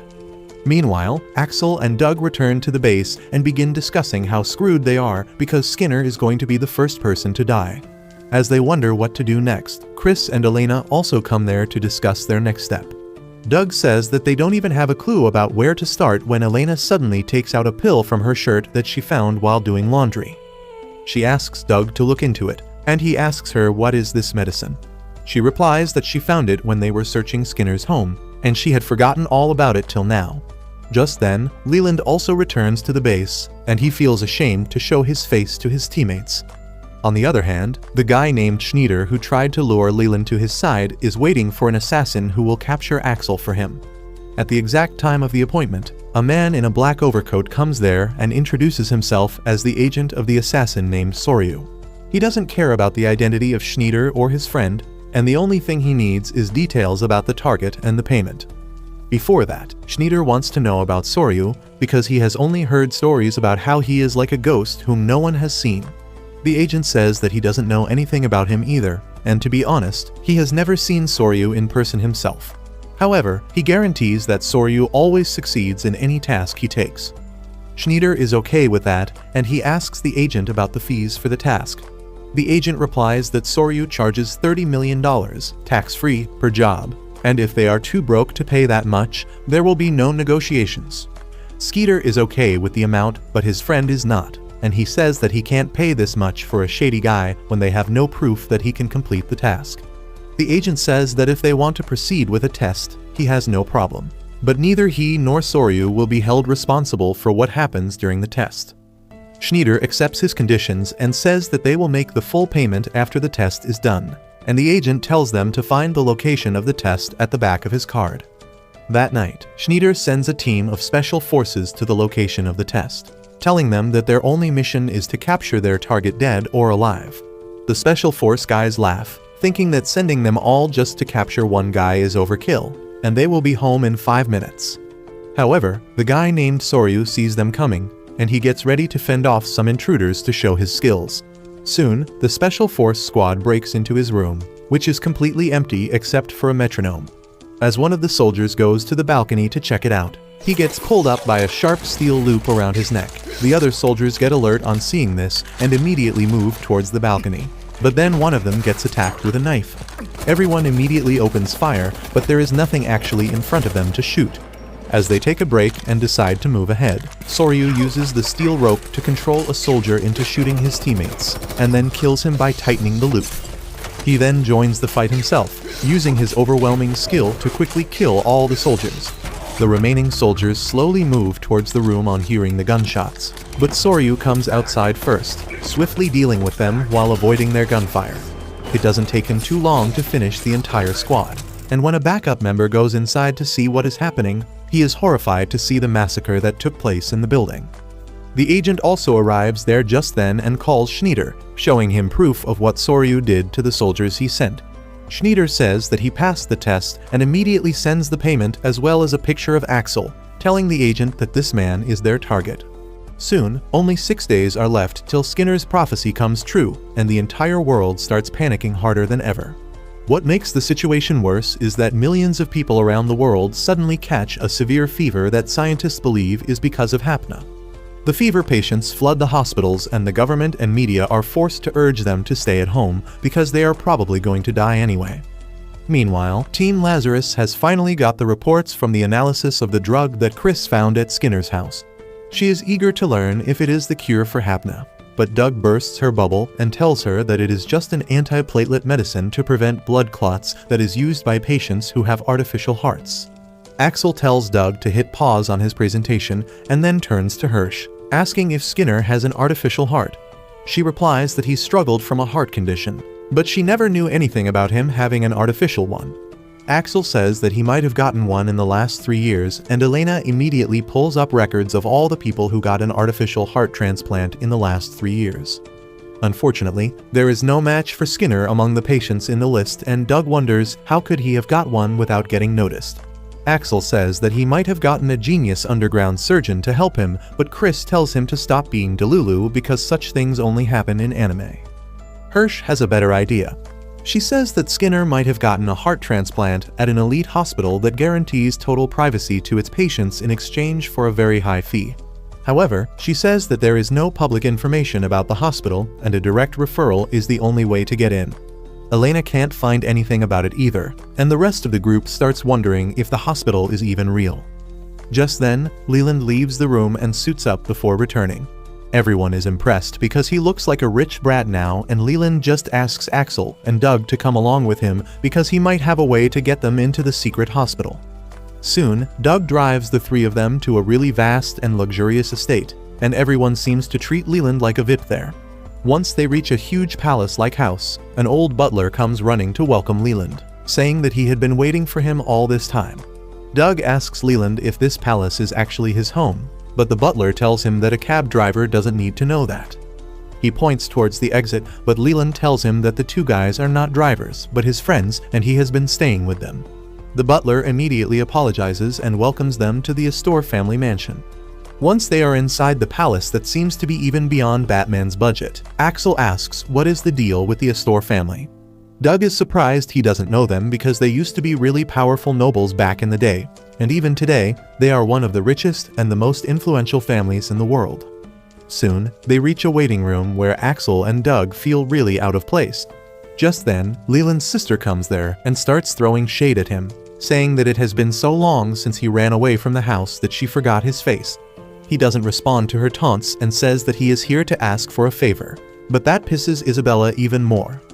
She asks Leland how dare he show his face to her after 4 years and then ask for favors. She reminds him of all the things that he screwed up, and Leland apologizes, but then he asks her to introduce him to the members' only healing society that their family uses.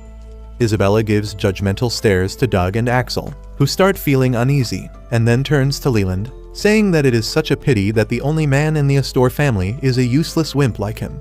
She begins cursing the patriarchy because only a man can inherit the family title and wealth according to their rules, and she thinks that her father should have done the smart thing and abolished that rule before croaking.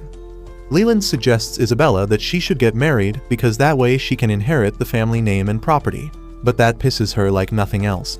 She begins yeeting pillows at him, telling him about the horrible experiences she had with the long list of suitors. Her crash out doesn't end there, and she starts crying as she slaps Leland, telling him that he has no idea how much she suffered because of him. She then stops abruptly, telling him that it is time he takes the position as the Astor family head because then he wouldn't need to ask her for any favor. Everyone is shocked at this, but it is Leland's turn to crash out. He calls his sister a hypocrite for treating him like a parasite all these years, and now that their dad and elder brother are dead, she wants him to take over the family. He says that because he was an illegitimate child, his dad was never there for him, and he didn't even show up for his mother's funeral. Isabella tells him to stop bitching about it now, because no one is left to care if he is a legitimate heir or not. She asks him to take the title of the family head or get lost forever, and with that, she storms out. Axel is really confused after witnessing this entire drama, and he asks Doug what was even the point of Leland inviting them here. Doug believes that he wanted them to see what life is really like for him. The butler who witnessed the entire drama tries to console Leland, telling him that despite everything Isabella just said, she was really looking forward to seeing him again. Leland doesn't reply, and Axel and Doug think that they should leave now, but just then, Isabella returns and they quickly sit back. Isabella walks up to Leland and says that she never meant this conversation to go this way. She tells him that when she saw him coming, she told herself that they won't argue today, but she couldn't control her emotions earlier. She agrees to give him the information he needs, but in exchange, she asks him to spend one full weekend with her because he is the only family she has got left, and if the world is going to end in a few days, she would like to spend some time with him. Leland tells her that he accepts her offer and promises that he will come back here next Sunday to spend some time with her. Isabella asks him what the hell is he talking about because by the next Sunday, humanity will be doomed. Leland decides to reveal the truth to her and says that he is asking for an introduction to the medical society so that they can stop humanity from going extinct, and she has got to trust him on this one. Isabella trusts him and lets him make an appointment with the secret hospital.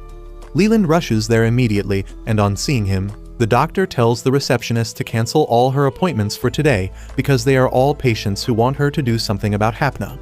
She takes Leland and friends to her waiting room, where he asks her if Skinner underwent any heart surgery at this hospital. The doctor is glad that he asked this question because she had been itching to share this secret to someone because the future of humanity depends on this.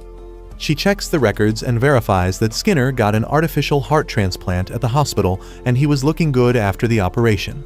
Usually, artificial hearts can never be fully trusted and the hospital has the duty to monitor it all the time to make sure it is working properly. Hearing this gets the boys' hope up, because they think that they can track the heart to find Skinner, but the doctor tells them that it is not possible.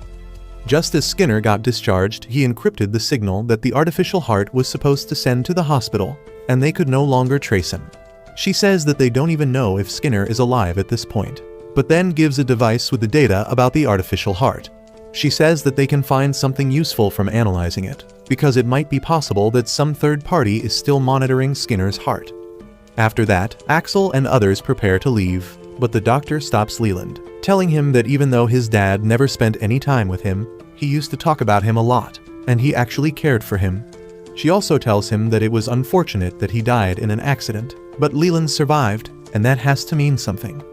Meanwhile, Hirsch goes to meet her boss Abel, who has a surprising video footage for her.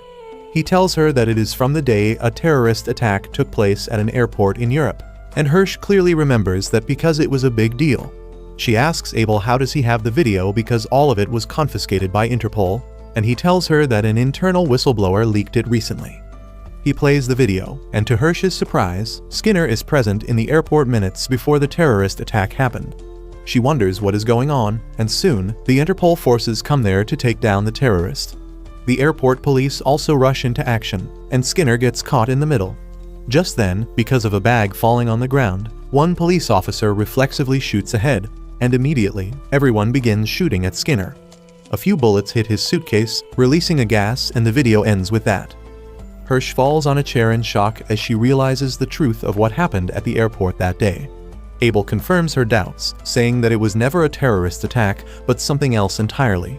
He says that Skinner was trying to smuggle an early prototype of Hapuna from the lab to expose it to the world, and that was the smoke that got released from his bag. That smoke killed all the soldiers nearby and even some civilians, and the Interpol covered the incident as a terrorist attack. Hirsch replies that Skinner never mentioned anything about the incident, but he clearly survived it. However, when he returned to the research center a couple months later, his personality had completely changed, and he distanced himself from everyone. Abel adds that 6 months after that, another prototype of Hapuna was found in the prison where Axel was being held at that time. He explains that at that time, the prison was forcing everyone on death row or with a life sentence to undergo trials for new medicines, and Axel was one of the test subjects. They both believe that he was a test subject for the Hapuna prototype, but there are no records about it at all. The only person who might know the results of the trials is the jail doctor, and Hirsch fears that someone might try to dispose of him on purpose. Meanwhile, Axel and the boys return back to their base and Leland thanks them for being there with him. He decides to tell them that he was a spy, but Axel and Doug already knew about it, but they tell him that it is no big deal because everyone has secrets. Leland starts crying on hearing this, and then they head inside. While Elena analyzes the data on the artificial heart and finds the location at which it is being monitored, Axel gets a call from Hirsch, telling him to find the prison doctor and keep him safe. He leaves on the mission immediately, and shortly after that, Elena finds that Skinner's heart is being monitored at a location in Pakistan. which is where the genius hacker Popcorn Wizard is based. Doug says that he will immediately contact the local police, but Elena tells him that Popcorn Wizard will immediately flee if the police start chasing her. The only way to catch her is for Elena to go there herself, and she tells Doug that she knows all the risks involved. She says that this is their last chance, so she is ready to risk it all, and he tells her that he will come along with her to ensure her safety. Meanwhile, as Axel drives to the prison doctor's location, Hirsch tells him that he was part of a trial for a prototype of Hapuna while at prison. Axel is shocked to learn this, and Hirsch says the other inmates who were in the trial are probably already dead, and he doesn't know this because he escaped the prison shortly after the trial ended. She asks him to find the prison doctor and keep him safe because he is their only lead. But neither of them know that Axel might need someone to keep him safe as well, because the assassin Soryu is ready to make his move now. While Axel is talking with Hirsch, Soryu jumps down from an overhead bridge right into the middle of the traffic. He throws a grenade on the highway, creating a huge explosion that stops the traffic and then begins moving towards his target. On the other side, Doug and Elena land in Pakistan and begin their search for Popcorn Wizard. Elena says that she is not moving right now, but if they get close to her, she might run away just like she did last time. Doug suddenly notices that Elena's face is flushing red, and he asks her if she is feeling alright. He reminds her that a fever can be a symptom of Hapuna, but Elena lies to him that her body temperature is alright. Just then, they notice that Popcorn has started moving, and Doug tells Elena that they will chase her to the end of the earth. Meanwhile, at the base of Team Lazarus, Hirsch gets a call about a unit of a special forces group called INSCOM heading to Pakistan. Chris and Leland immediately realize that the special forces are targeting Doug and Elena. Hirsch affirms, saying that they might be close to discovering something that the government and army don't want them to find out. She decides to talk to the INSCOM about the matter and hands Leland an envelope, telling him to give it to a man who will arrive here shortly. Back at the bridge, Axel is confused about what is happening, but Soryu slowly walks towards him. Just as he spots Axel and confirms that he is his target, Axel also realizes something is off. Soryu begins leaping over cars to get to him and then shoots the car's windshield multiple times. Luckily, the bulletproof glass keeps Axel safe, and he steps on the accelerator to slam his car into the vehicles in front of him. The impact is enough to throw Soryu down, and Axel runs into the traffic to hide. Soryu keeps firing at him and then corners him at the divider line. Axel decides to run into the traffic, confident in his skills to dodge everything. But then Soryu throws a grenade on the highway, blowing up cars and causing utter chaos. Axel curses the trigger-happy bastard as he climbs to the side of the bridge, but Soryu finds him there and takes aim at him. Axel simply jumps off from the bridge and uses a truck as his landing platform, but the assassin is not far behind either, and he decides to stop relying on weapons and throw hands instead. At the same time, Hirsch reaches the INSCOM headquarters and demands to talk to Schneider, while Abel reaches Team Lazarus base, complaining that he can't reach Hirsch. Leland gives him the envelope she left behind, but Chris is confused about who this Baldy is. Abel introduces himself as the founder of the Lazarus project, and Leland affirms that, back at Axel's location, the assassin is giving him a hard time. Axel can only block and run away from his attacks, but then Soryu throws a sticky grenade towards him. Axel jumps to another truck just before the grenade explodes, setting the entire road on fire. The two men reach a billboard and Soryu throws a knife tied with a steel thread towards Axel, who easily catches it. He has got used to the assassin's tactics by now, and he is able to deflect the grenade Soryu throws at him without any difficulty. Meanwhile, in the Special Forces base, Schneider comes out to meet Hirsch, who gets straight to business and asks him to tell his men in Pakistan to stand down. She threatens to reveal all his dirty secrets to the world if he doesn't cooperate with her, but Schneider acts like he doesn't know anything at all. Hirsch tells him that she knows about the illegal drug trials they conducted on life row inmates at an Arizona prison. She says that while all of them died, leaving behind no proof, there was one guy who survived and escaped the prison. She tells him that Axel, the survivor, is currently working for her, and if she wants, she can reveal the dirty secrets of INSCOM to the world. On hearing this, Schneider's assistant immediately goes to check something, but the smug bastard tells Hirsch that she has some faulty information because they did nothing like she said. He says that she must really care about her subordinates if she is willing to fight with him over fake news, and then says that may Axel live a long and healthy life to help her fight her stupid case. Hirsch suddenly realizes that Schneider is planning something else as well, and she gives him one last chance to stand down. She wants to know why is he sabotaging their plans to find Skinner and save the world, but Schneider doesn't answer her question. Just then, his assistant returns and Schneider tells Hirsch that they are going to detain her for just some nonsensical reasons, but she was always prepared for this. The message she has left behind for Abel says that she is going to stop Inscom from chasing after Doug and Elena, but she is also expecting to be detained by them. Since they have no message from her, Abel is sure that she has been detained, and this worries Leland and Chris. They ask Abel what should they do now, but then he gets a call from his assistant about the explosions that are rattling the city currently. She sends him some clips of the explosions and the two men at the center of everything, and everyone is shocked to see Axel there. Chris and Leland wonder why is he fighting when he was sent to secure a witness, and they wonder who is attacking him. Abel has no idea about it, and his secretary tells him that they don't have any information on the attacker in the NSA database. Suddenly, Abel realizes that the attacker is none other than the Phantom Assassin whom no one has ever seen before, and he must have been hired by Inscom to hide their filthy secrets. Meanwhile, in Pakistan, Doug and Elena head into a rural area and find that Popcorn is about 20 minutes away from their location. Doug decides to engage Elena in small talk, asking her what will be the first thing she does if they find Skinner and save the world. She tells him that she will go to McDonald's and eat everything on the menu, and Doug tells her that he will join her. Just then, they notice someone following them and Doug decides to stall the pursuer so that Elena can find Popcorn's location. She is not really sure if she can manage that alone, but Doug pulls out his trusted revolver, saying that it is time for him to be the badass.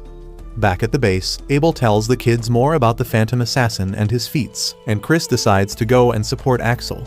Abel gives her the permission to use any weapon she can, and in the meantime, he decides to rescue Hirsch. Leland wants to come with Chris too, but both she and Abel tell him to stay at the headquarters and keep it safe in their absence. With that, Chris rides out on her bike to find Axel and bring him back alive. Meanwhile, in Pakistan, Doug stops his car and surrenders before the pursuers, because that will buy them more time. The pursuers come out of their car and immediately find that Doug's partner is gone. They smack the out of him, but then one of them notices Elena escaping on her scooter. They decide to follow her, and Doug jumps in front of their car to try and stop it. He just gets hit to the side, but then he pulls out his revolver and shoots the car's tire, causing it to crash and explode. Doug loses consciousness with that, and Elena decides to keep moving ahead to complete her mission. She soon reaches a town following Popcorn's location, but runs into a dead end. As she tries to find a way to the other side, her fever starts overwhelming her. She still keeps moving somehow and finds that Popcorn Wizard is really close to her. Just then, an excessively decorated van passes her, and she realizes that it is her target. She starts running after it frantically, and the van stops on seeing her pathetic condition. Elena manages to catch up to it, and Popcorn Wizard comes out to see what is going on. She recognizes Elena as another elite hacker, and then suddenly, Elena collapses because of exhaustion. Back in the city, Axel is still on the run from the assassin, but he gets hit by his knife and loses his balance. He barely hangs on to an overhead train, but Soryu arrives there, ready to drop a grenade on him. Axel just laughs at this, telling the assassin that death is like an old friend to him, and he runs into her every couple of months. Soryu doesn't care about his edgy poetry and drops the bomb on him, but Axel simply kicks it back, hitting the roof and knocking Soryu out with the explosion, but he also gets thrown into the river. He finds a boat and climbs into it, but to his surprise, Soryu is already there as well.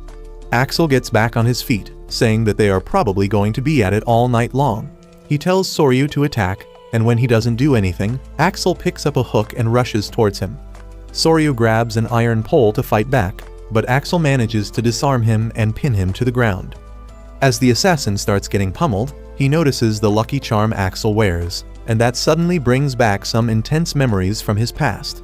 He remembers his training in the assassin school, telling him to forget his identity and become a faceless monster. He pushes Axel back and then asks why does he have the Hundun's wing with him. Axel doesn't even get what this madman is talking about when their boat crashes into the port. Axel uses this chance to grab a knife and run away, and Soryu follows him with a harpoon, but he is forced to stop as his memories start weighing down on his mind. He remembers a story from Chinese mythology about a creature called Hundun, who didn't have a face, and the people pitied him for this. They tried drilling holes into it to give it a face, but that only hurt the creature. However, he doesn't remember how the story ended, and that combined with his traumatic childhood leaves his brain in shambles. Just then, Chris finds Axel, and she rushes to help him. Back at the port, Soryu snaps out of his nightmare as Axel throws the knife at him. He instinctively throws the harpoon at him, and both of them get hit. While the knife stabs Soryu's leg, the harpoon goes through Axel's stomach, and he falls on the ground, bleeding out. Soryu doesn't care about his mission anymore because he wants to know what happened to the Hundan after people drilled holes in it. He begs Axel to tell him the end of the story, but Chris arrives there just then and starts shooting him. Thanks to her stormtrooper aim, Soryu doesn't get hit, and it gives him the chance to jump into the river. Chris chases after him and shoots the water in desperation, and then she rushes to Axel's side, who has lost a lot of blood. Thanks to Leland's help, Chris takes Axel to the super elite hospital to receive treatment, and the doctor patches him up as best as she can. She tells Chris that it is all up to Axel now, but she is quite surprised that he still survived after losing that much blood. On the other hand, Elena wakes up inside Popcorn Wizard's den, who is really impressed that she managed to track her down. She fist bumps her to congratulate her on making it all the way here, and then says that she always wanted to see her face to face. She tells Elena that her real name is Lynn, and she is the first one to learn about it. Suddenly, Elena remembers that Doug was in danger too, and she quickly checks his vitals through the armband to find that he is still alive. Turns out, he is being kept under watch at an INSCOM facility, and he soon comes to his senses. He reaches out for his glasses, but as the people from INSCOM come there, he pretends to be asleep. He thinks that it is better that INSCOM is keeping him alive because that means he still has the chance to resume his mission. Meanwhile, Hirsch is still imprisoned and Abel decides to meet the president and try to get an executive order to help her and Team Lazarus. His assistant doesn't even think that it is possible, but he says that they must try everything they can. In the meantime, he asks her to dig for information on the assassin Soryu, because he believes that Soryu is related to this case in more than one way. Soon after that, Axel wakes up, and as soon as he sees Chris, he starts telling her about the dream he just had. He says that he always keeps on seeing this particular dream where he is slowly sinking into the afterlife, but then an angel comes and rescues him. He asks Chris if she is the angel who saved him this time, and she replies that she did indeed save him, but he could not be more wrong about the angel part. Axel then asks her about the assassin, and she tells him that he got away, even though he was quite injured physically and mentally. Axel is glad to hear that, and he tells Chris that he has been on death's doorsteps many times before, but this was the first time he needed someone else to save him. He thanks her for that again, and just then the doctor comes there, telling him that she is still surprised that he recovered from his condition. She tells him that he sure took his time to wake up, because she feared that he might sleep through the end of the world. Axel suddenly realizes that he left his mission incomplete and tries to get up, only to hurt himself. The doctor and Chris tell him to rest because the witness he was supposed to protect was found dead in his room. At the same time, Abel goes to the White House to meet the President of the United States, who is in a critical condition because of Hapuna fever. He gets straight to the point and tells her that he needs 2 favors from her. Back at the base, Leland is trying to cozy up to the stray cat that always lurks around the place, when Abel's secretary Elizabeth arrives there along with a familiar face that Leland didn't want to see. It is Visionary, also known as Dr. 909, the genius hacker who they arrested earlier for hacking into the database of a company for insider trading. Leland gasps on seeing the PDF file who tried to take advantage of him when he was cross-dressing, and even Visionary feels that he looks familiar. Anyway, Elizabeth tells Leland that Visionary has agreed to help them in exchange of a reduced sentence and takes him to the hacking rig to do his work. Meanwhile, in Pakistan, Elena quickly becomes BFF with Lynn and they talk about how they have been creating history through their work. They laugh about their most outrageous jobs, and then Elena confronts Lynn, asking why is she helping Skinner despite knowing that he is using Hapuna to destroy the world. Lynn tells her that she was born on an island near Maldives and the people there were unable to feel pain. She kicks her van hard to prove it to Elena and says that one day Skinner came to their island to research their unique DNA, and that is how she first met him. She says that the island was going to sink into the ocean soon, but the people were so poor that they could do nothing about it. However, Skinner brought the island from them, giving them enough money to relocate to safe locations. Lynn was in awe of Skinner, and she promised to do anything she could to help him, and Elena tries telling her to at least think about the consequences. Lynn replies that she doesn't know what Skinner is planning, but she believes that he is not a person who will doom all of humanity. Back in the hospital, Axel tells Chris that Soryu talked about something called Hundun and he wanted to know how the story ends. Chris Googles the name and says that Hundun dies from the hole people drill into it, but she can't believe that Axel and the assassin were talking about this while fighting. He tells her that she won't understand it since it is a guy thing, and Chris gives up. She tells him to nominate someone as his emergency contact in case he dies, and Axel tells her that he doesn't have anyone just like her. He says that he was always an orphan, but he had some close friends who were practically his family. They went into some shady business to survive, but then his friends got killed and he was devastated. He swore that he would never let anyone get close to him again, and he left every place he ever went to before he could get too attached. However, he says that he likes being with Team Lazarus, and then abruptly falls asleep. Meanwhile, Abel asks the president to give NSA permission to raid Inscalm, and she agrees, saying that it might be the last thing she does as a president. She reveals that she has gone blind, with her eyes turning into a starry sky, which is an endgame symptom of Hapuna. Abel promises that he will catch Skinner in time, and the president wishes him luck before asking about the second favor he wants.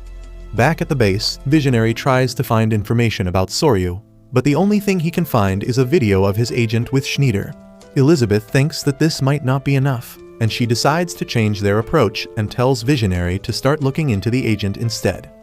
At the same time, the agent calls Schneider to curse him out because the mission to kill Axel unraveled his entire existence. He swears that he doesn't care about the mission anymore and he will kill him, and then ends the call.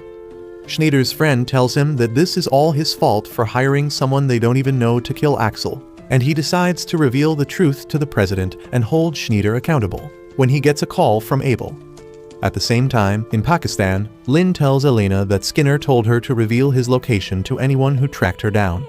Turns out, Skinner is in the same city as their base, and he has been staying there all this time. At the hospital, Chris gets a call from Elizabeth, asking her to return to the base so that she can identify the assassin's face. She replies that she will be there as soon as she can, and then turns to Axel, saying that they only have 24 hours before Skinner's doomsday prophecy comes true, which means this could be their last time seeing each other.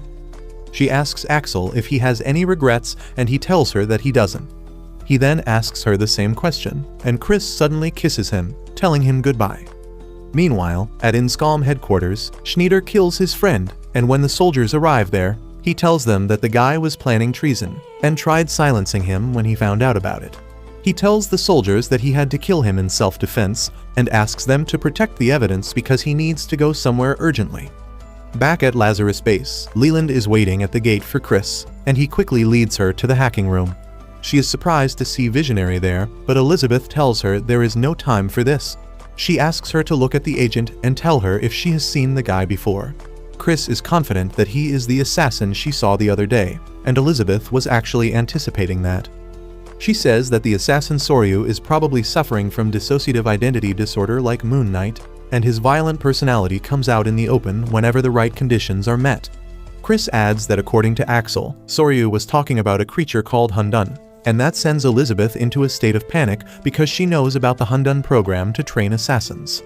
Meanwhile, Abel reaches Inscalm base with his soldiers, and Schneider and his troops come out to face them.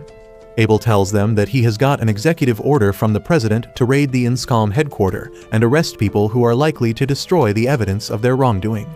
He asks Schneider to lead him to his military friend, unaware that he is already dead. At the same time, the Inscalm troops in Pakistan receive orders to eliminate Doug, and they shoot him in his hospital bed without even bothering to see if he is under the blanket. They panic when they don't find him and start searching for him everywhere, and Doug lies in ambush, waiting for them to come close. However, the sprinklers suddenly turn on, confusing everyone, and the very next moment, Doug's hospital bed starts speeding away on its own thanks to Lynn, who is controlling it from her base. She brings Doug outside the hospital and tells him to get inside her van, because they have got work to do.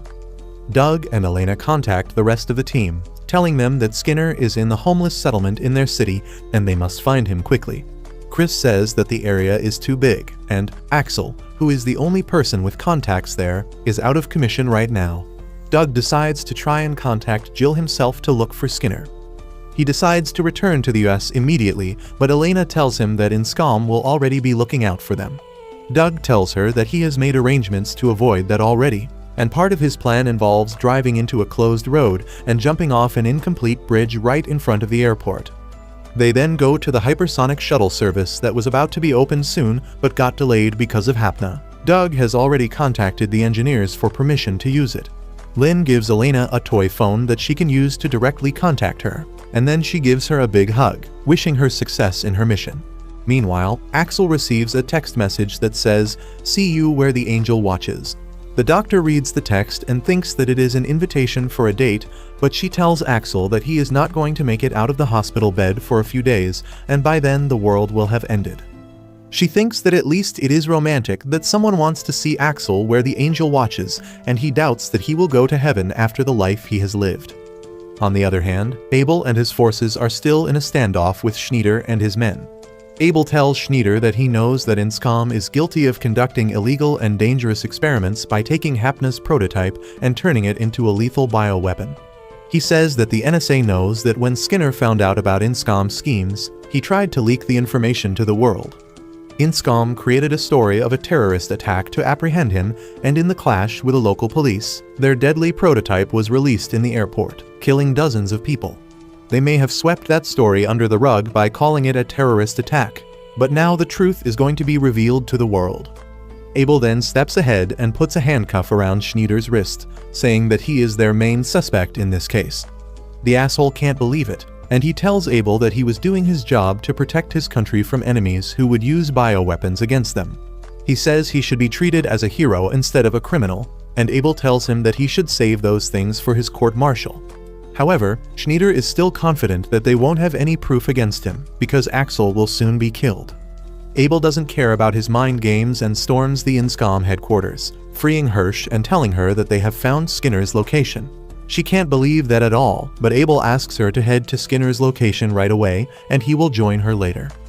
On the other side, the hacker visionary finds a top-secret document related to the Hundun program, but it can only be opened after approval from the President and the Secretary of State. Elizabeth thinks that getting their permission will take all the time in the world, but Visionary replies that he has got her covered, because creating fake permission slips is his specialty. At the same time, Doug and Elena also return to the city through the hyperspeed train, and they immediately borrow a car from the engineers to head to the slums where Skinner is hiding. They join a conference call with Hirsch and others to discuss how they can find Skinner in the vast slums. As they wonder how can they narrow it down, Hirsch suggests that they should look for plants because Skinner loves plants. Just then, Leland recalls the rare variety of tulip that Skinner had gifted his grandmother, and how the same plant was in his abandoned home as well. On the other hand, Visionary cracks open the protected document about the Hundun project and finds testimony by the former Chinese Minister of State Security, who was seeking shelter in the USA at that time. The report also mentions that he was assassinated shortly after giving the testimony, and seeing the contents of the report makes Elizabeth realize that this is exactly what they were looking for. The Hundun project was a secret Chinese operation to create perfect assassins without any identity or emotions. They picked children to be trained for that in an incredibly twisted and ruthless manner, but the project had to be abandoned after one of their most successful trainees snapped and killed everyone else in the project. On the other side, Chris receives a call from the doctor, informing her that Axel has escaped the hospital. Both of them are worried about him, and the doctor thinks that he probably went to the place where the angel watches. Chris doesn't exactly know what that means, but she decides to find him and keep him safe because he is still seriously injured. Turns out Axel is climbing the main monument of the city, the Babylonia Tower, that has the statue of an angel on top. Inscom gets information about this through the security cams, and they immediately dispatch their forces to take him down, telling the public to get away from the tower because there is a terrorist on the roof. Unaware of this, Axel reaches the tower's rooftop, where the assassin Soryu has been waiting for him with a rocket launcher. Axel jokes that he brought too much firepower to kill an injured guy, and Soryu doesn't find that funny. He declares that he will kill him at all costs, and Axel tells him to ask any questions he wants answered before that. Soryu starts attacking him instead of talking, and Axel can only dodge his attacks. He still gets kicked around a bit, and his injuries start to hurt like hell, but he gets up to fight again. He is no match for Soryu in his injured state and keeps getting manhandled, But then suddenly, the assassin's PTSD takes over his mind. He starts sweating and panicking as he hears his teacher's voice in his head, telling him to get rid of his identity and his emotions. He once again asks Axel how the story of Hundun ends after people drill holes into its face, but doesn't give him the chance to answer. Soryu throws his knife tied to a steel thread towards Axel, restraining his hand and pinning him against the railing. The images of his horrific past start bubbling up in his mind, and he remembers the massacre at his school. The last thing he remembers is his injured teacher praising him for becoming a true monster, before using a secret technique to wipe his memory because he deemed him too dangerous to be set free. Just then, the INSCOM chopper comes there and starts shooting at them, and Soryu is forced to push Axel to the side so that they can escape the attack. They both hide from the chopper and Soryu picks up his rocket launcher, but he can't find the right chance to attack. However, Axel suddenly gets out in the open to pull the attention of the chopper, and the pilot takes a moment to shoot because of some birds flying in front of him. Using this chance, Soryu shoots at the helicopter, making it lose its balance and drift to the side. The burning helicopter hits the building and explodes, dislodging the angel statue from its place. The statue begins falling down and destroying the building in the process, and both Axel and Soryu are thrown off. While Soryu somehow holds on to a pipe using his steel threads, Axel uses his Parker skills to jump through the falling rubble like freaking Spider-Man. He manages to survive the fall, but when he gets to the ground, he finds Soryu buried under a thick slab of concrete. Axel simply sits next to him, telling him the answer to his question. He says that 7 days after the Hundun has holes drilled in it to make a face, it dies. Soryu says that he remembers it now, and he wonders if he is no longer a monster now because he has his memory back. He dies instantly after that, but just then, Chris arrives there and finds Axel. Seeing that he looks fine, she tells him to hop on because they have found Skinner's location, and he should be there when they capture him. At the same time, Abel finishes his job at the INSCOM headquarters and decides to join the rest of the team in the search for Skinner. He checks the status of all of them, and Elena says that she had a Hapuna-induced fever, but it somehow got better on its own. She does not understand how it is possible, so Abel decides to share some secrets that are directly related to the formation of Team Lazarus. He tells them that the US Army was trying to create bioweapons using Skinner's research through INSCOM, but he was really against it. However, since no one would listen to him, he decided to leak the proof to the world, but INSCOM found out about it and they sent their troops to stop him. Because of the clash with the local police at the airport, the dangerous gas in Skinner's suitcase was released, and everyone at the airport came under its effect. Surprisingly, all 5 members of the team were there on that fateful day. While hundreds of people died because of the weaponized Hapuna, the 5 of them underwent a mutation that gave them resistance to the wonder drug. Abel says that they all essentially died and then came back to life, just like Lazarus from Christian stories. He says that on seeing them survive, Skinner came up with an idea to expose the truth behind the horrific research to the entire world in a way that no one could cover it up. That is why he created Hapuna as a sleeper bioweapon and let the entire world use it. Soon, the team members reach the slums one by one, starting with Leland and Hirsch. Jill is there to welcome them and help them find Skinner, and they show her the rare variety of tulip that only Skinner can have here.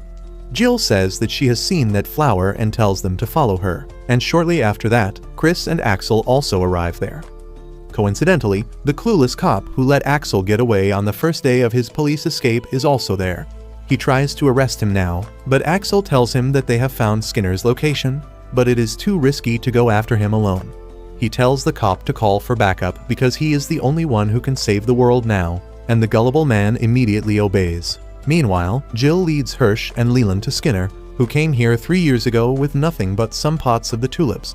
She says that he has really poor eyesight, so she helps him from time to time. She leads them to the riverside where Skinner is sitting in silence and Hirsch decides to greet him with a gun pointed at him. Skinner is happy to see her and he says that he would like to see her one last time, but unfortunately, he has been blinded because of the Hapuna fever. Hirsch is shocked to see his starry eyes, and she asks why he has not taken the antidote yet. The other members of the team arrive there quickly as well, and Skinner says that he accepts his defeat in the game of hide and seek. He tells Hirsch that she can have the formula for the antidote and scribbles its chemical structure on a piece of paper. As she collects it, she asks Skinner why did he not tell her anything before taking such a drastic step because she would have come with him no matter the consequences. Skinner replies that he didn't want to bring her down with him. He begins telling her how that incident at the airport made him lose all faith in humanity, and he didn't want her to see him like that. Hirsch says that no matter what he says, she can see that he is still the same man she knew and loved, and Skinner is low-key happy to hear that. Just then, Axel walks up to him, saying that he has a question. Skinner recognizes his voice as the person who visited his grandma, and then Axel asks him if it is a good thing they found him, or would it be better for humanity to have been erased. Skinner tells him to be the judge of that, and then he breathes his last.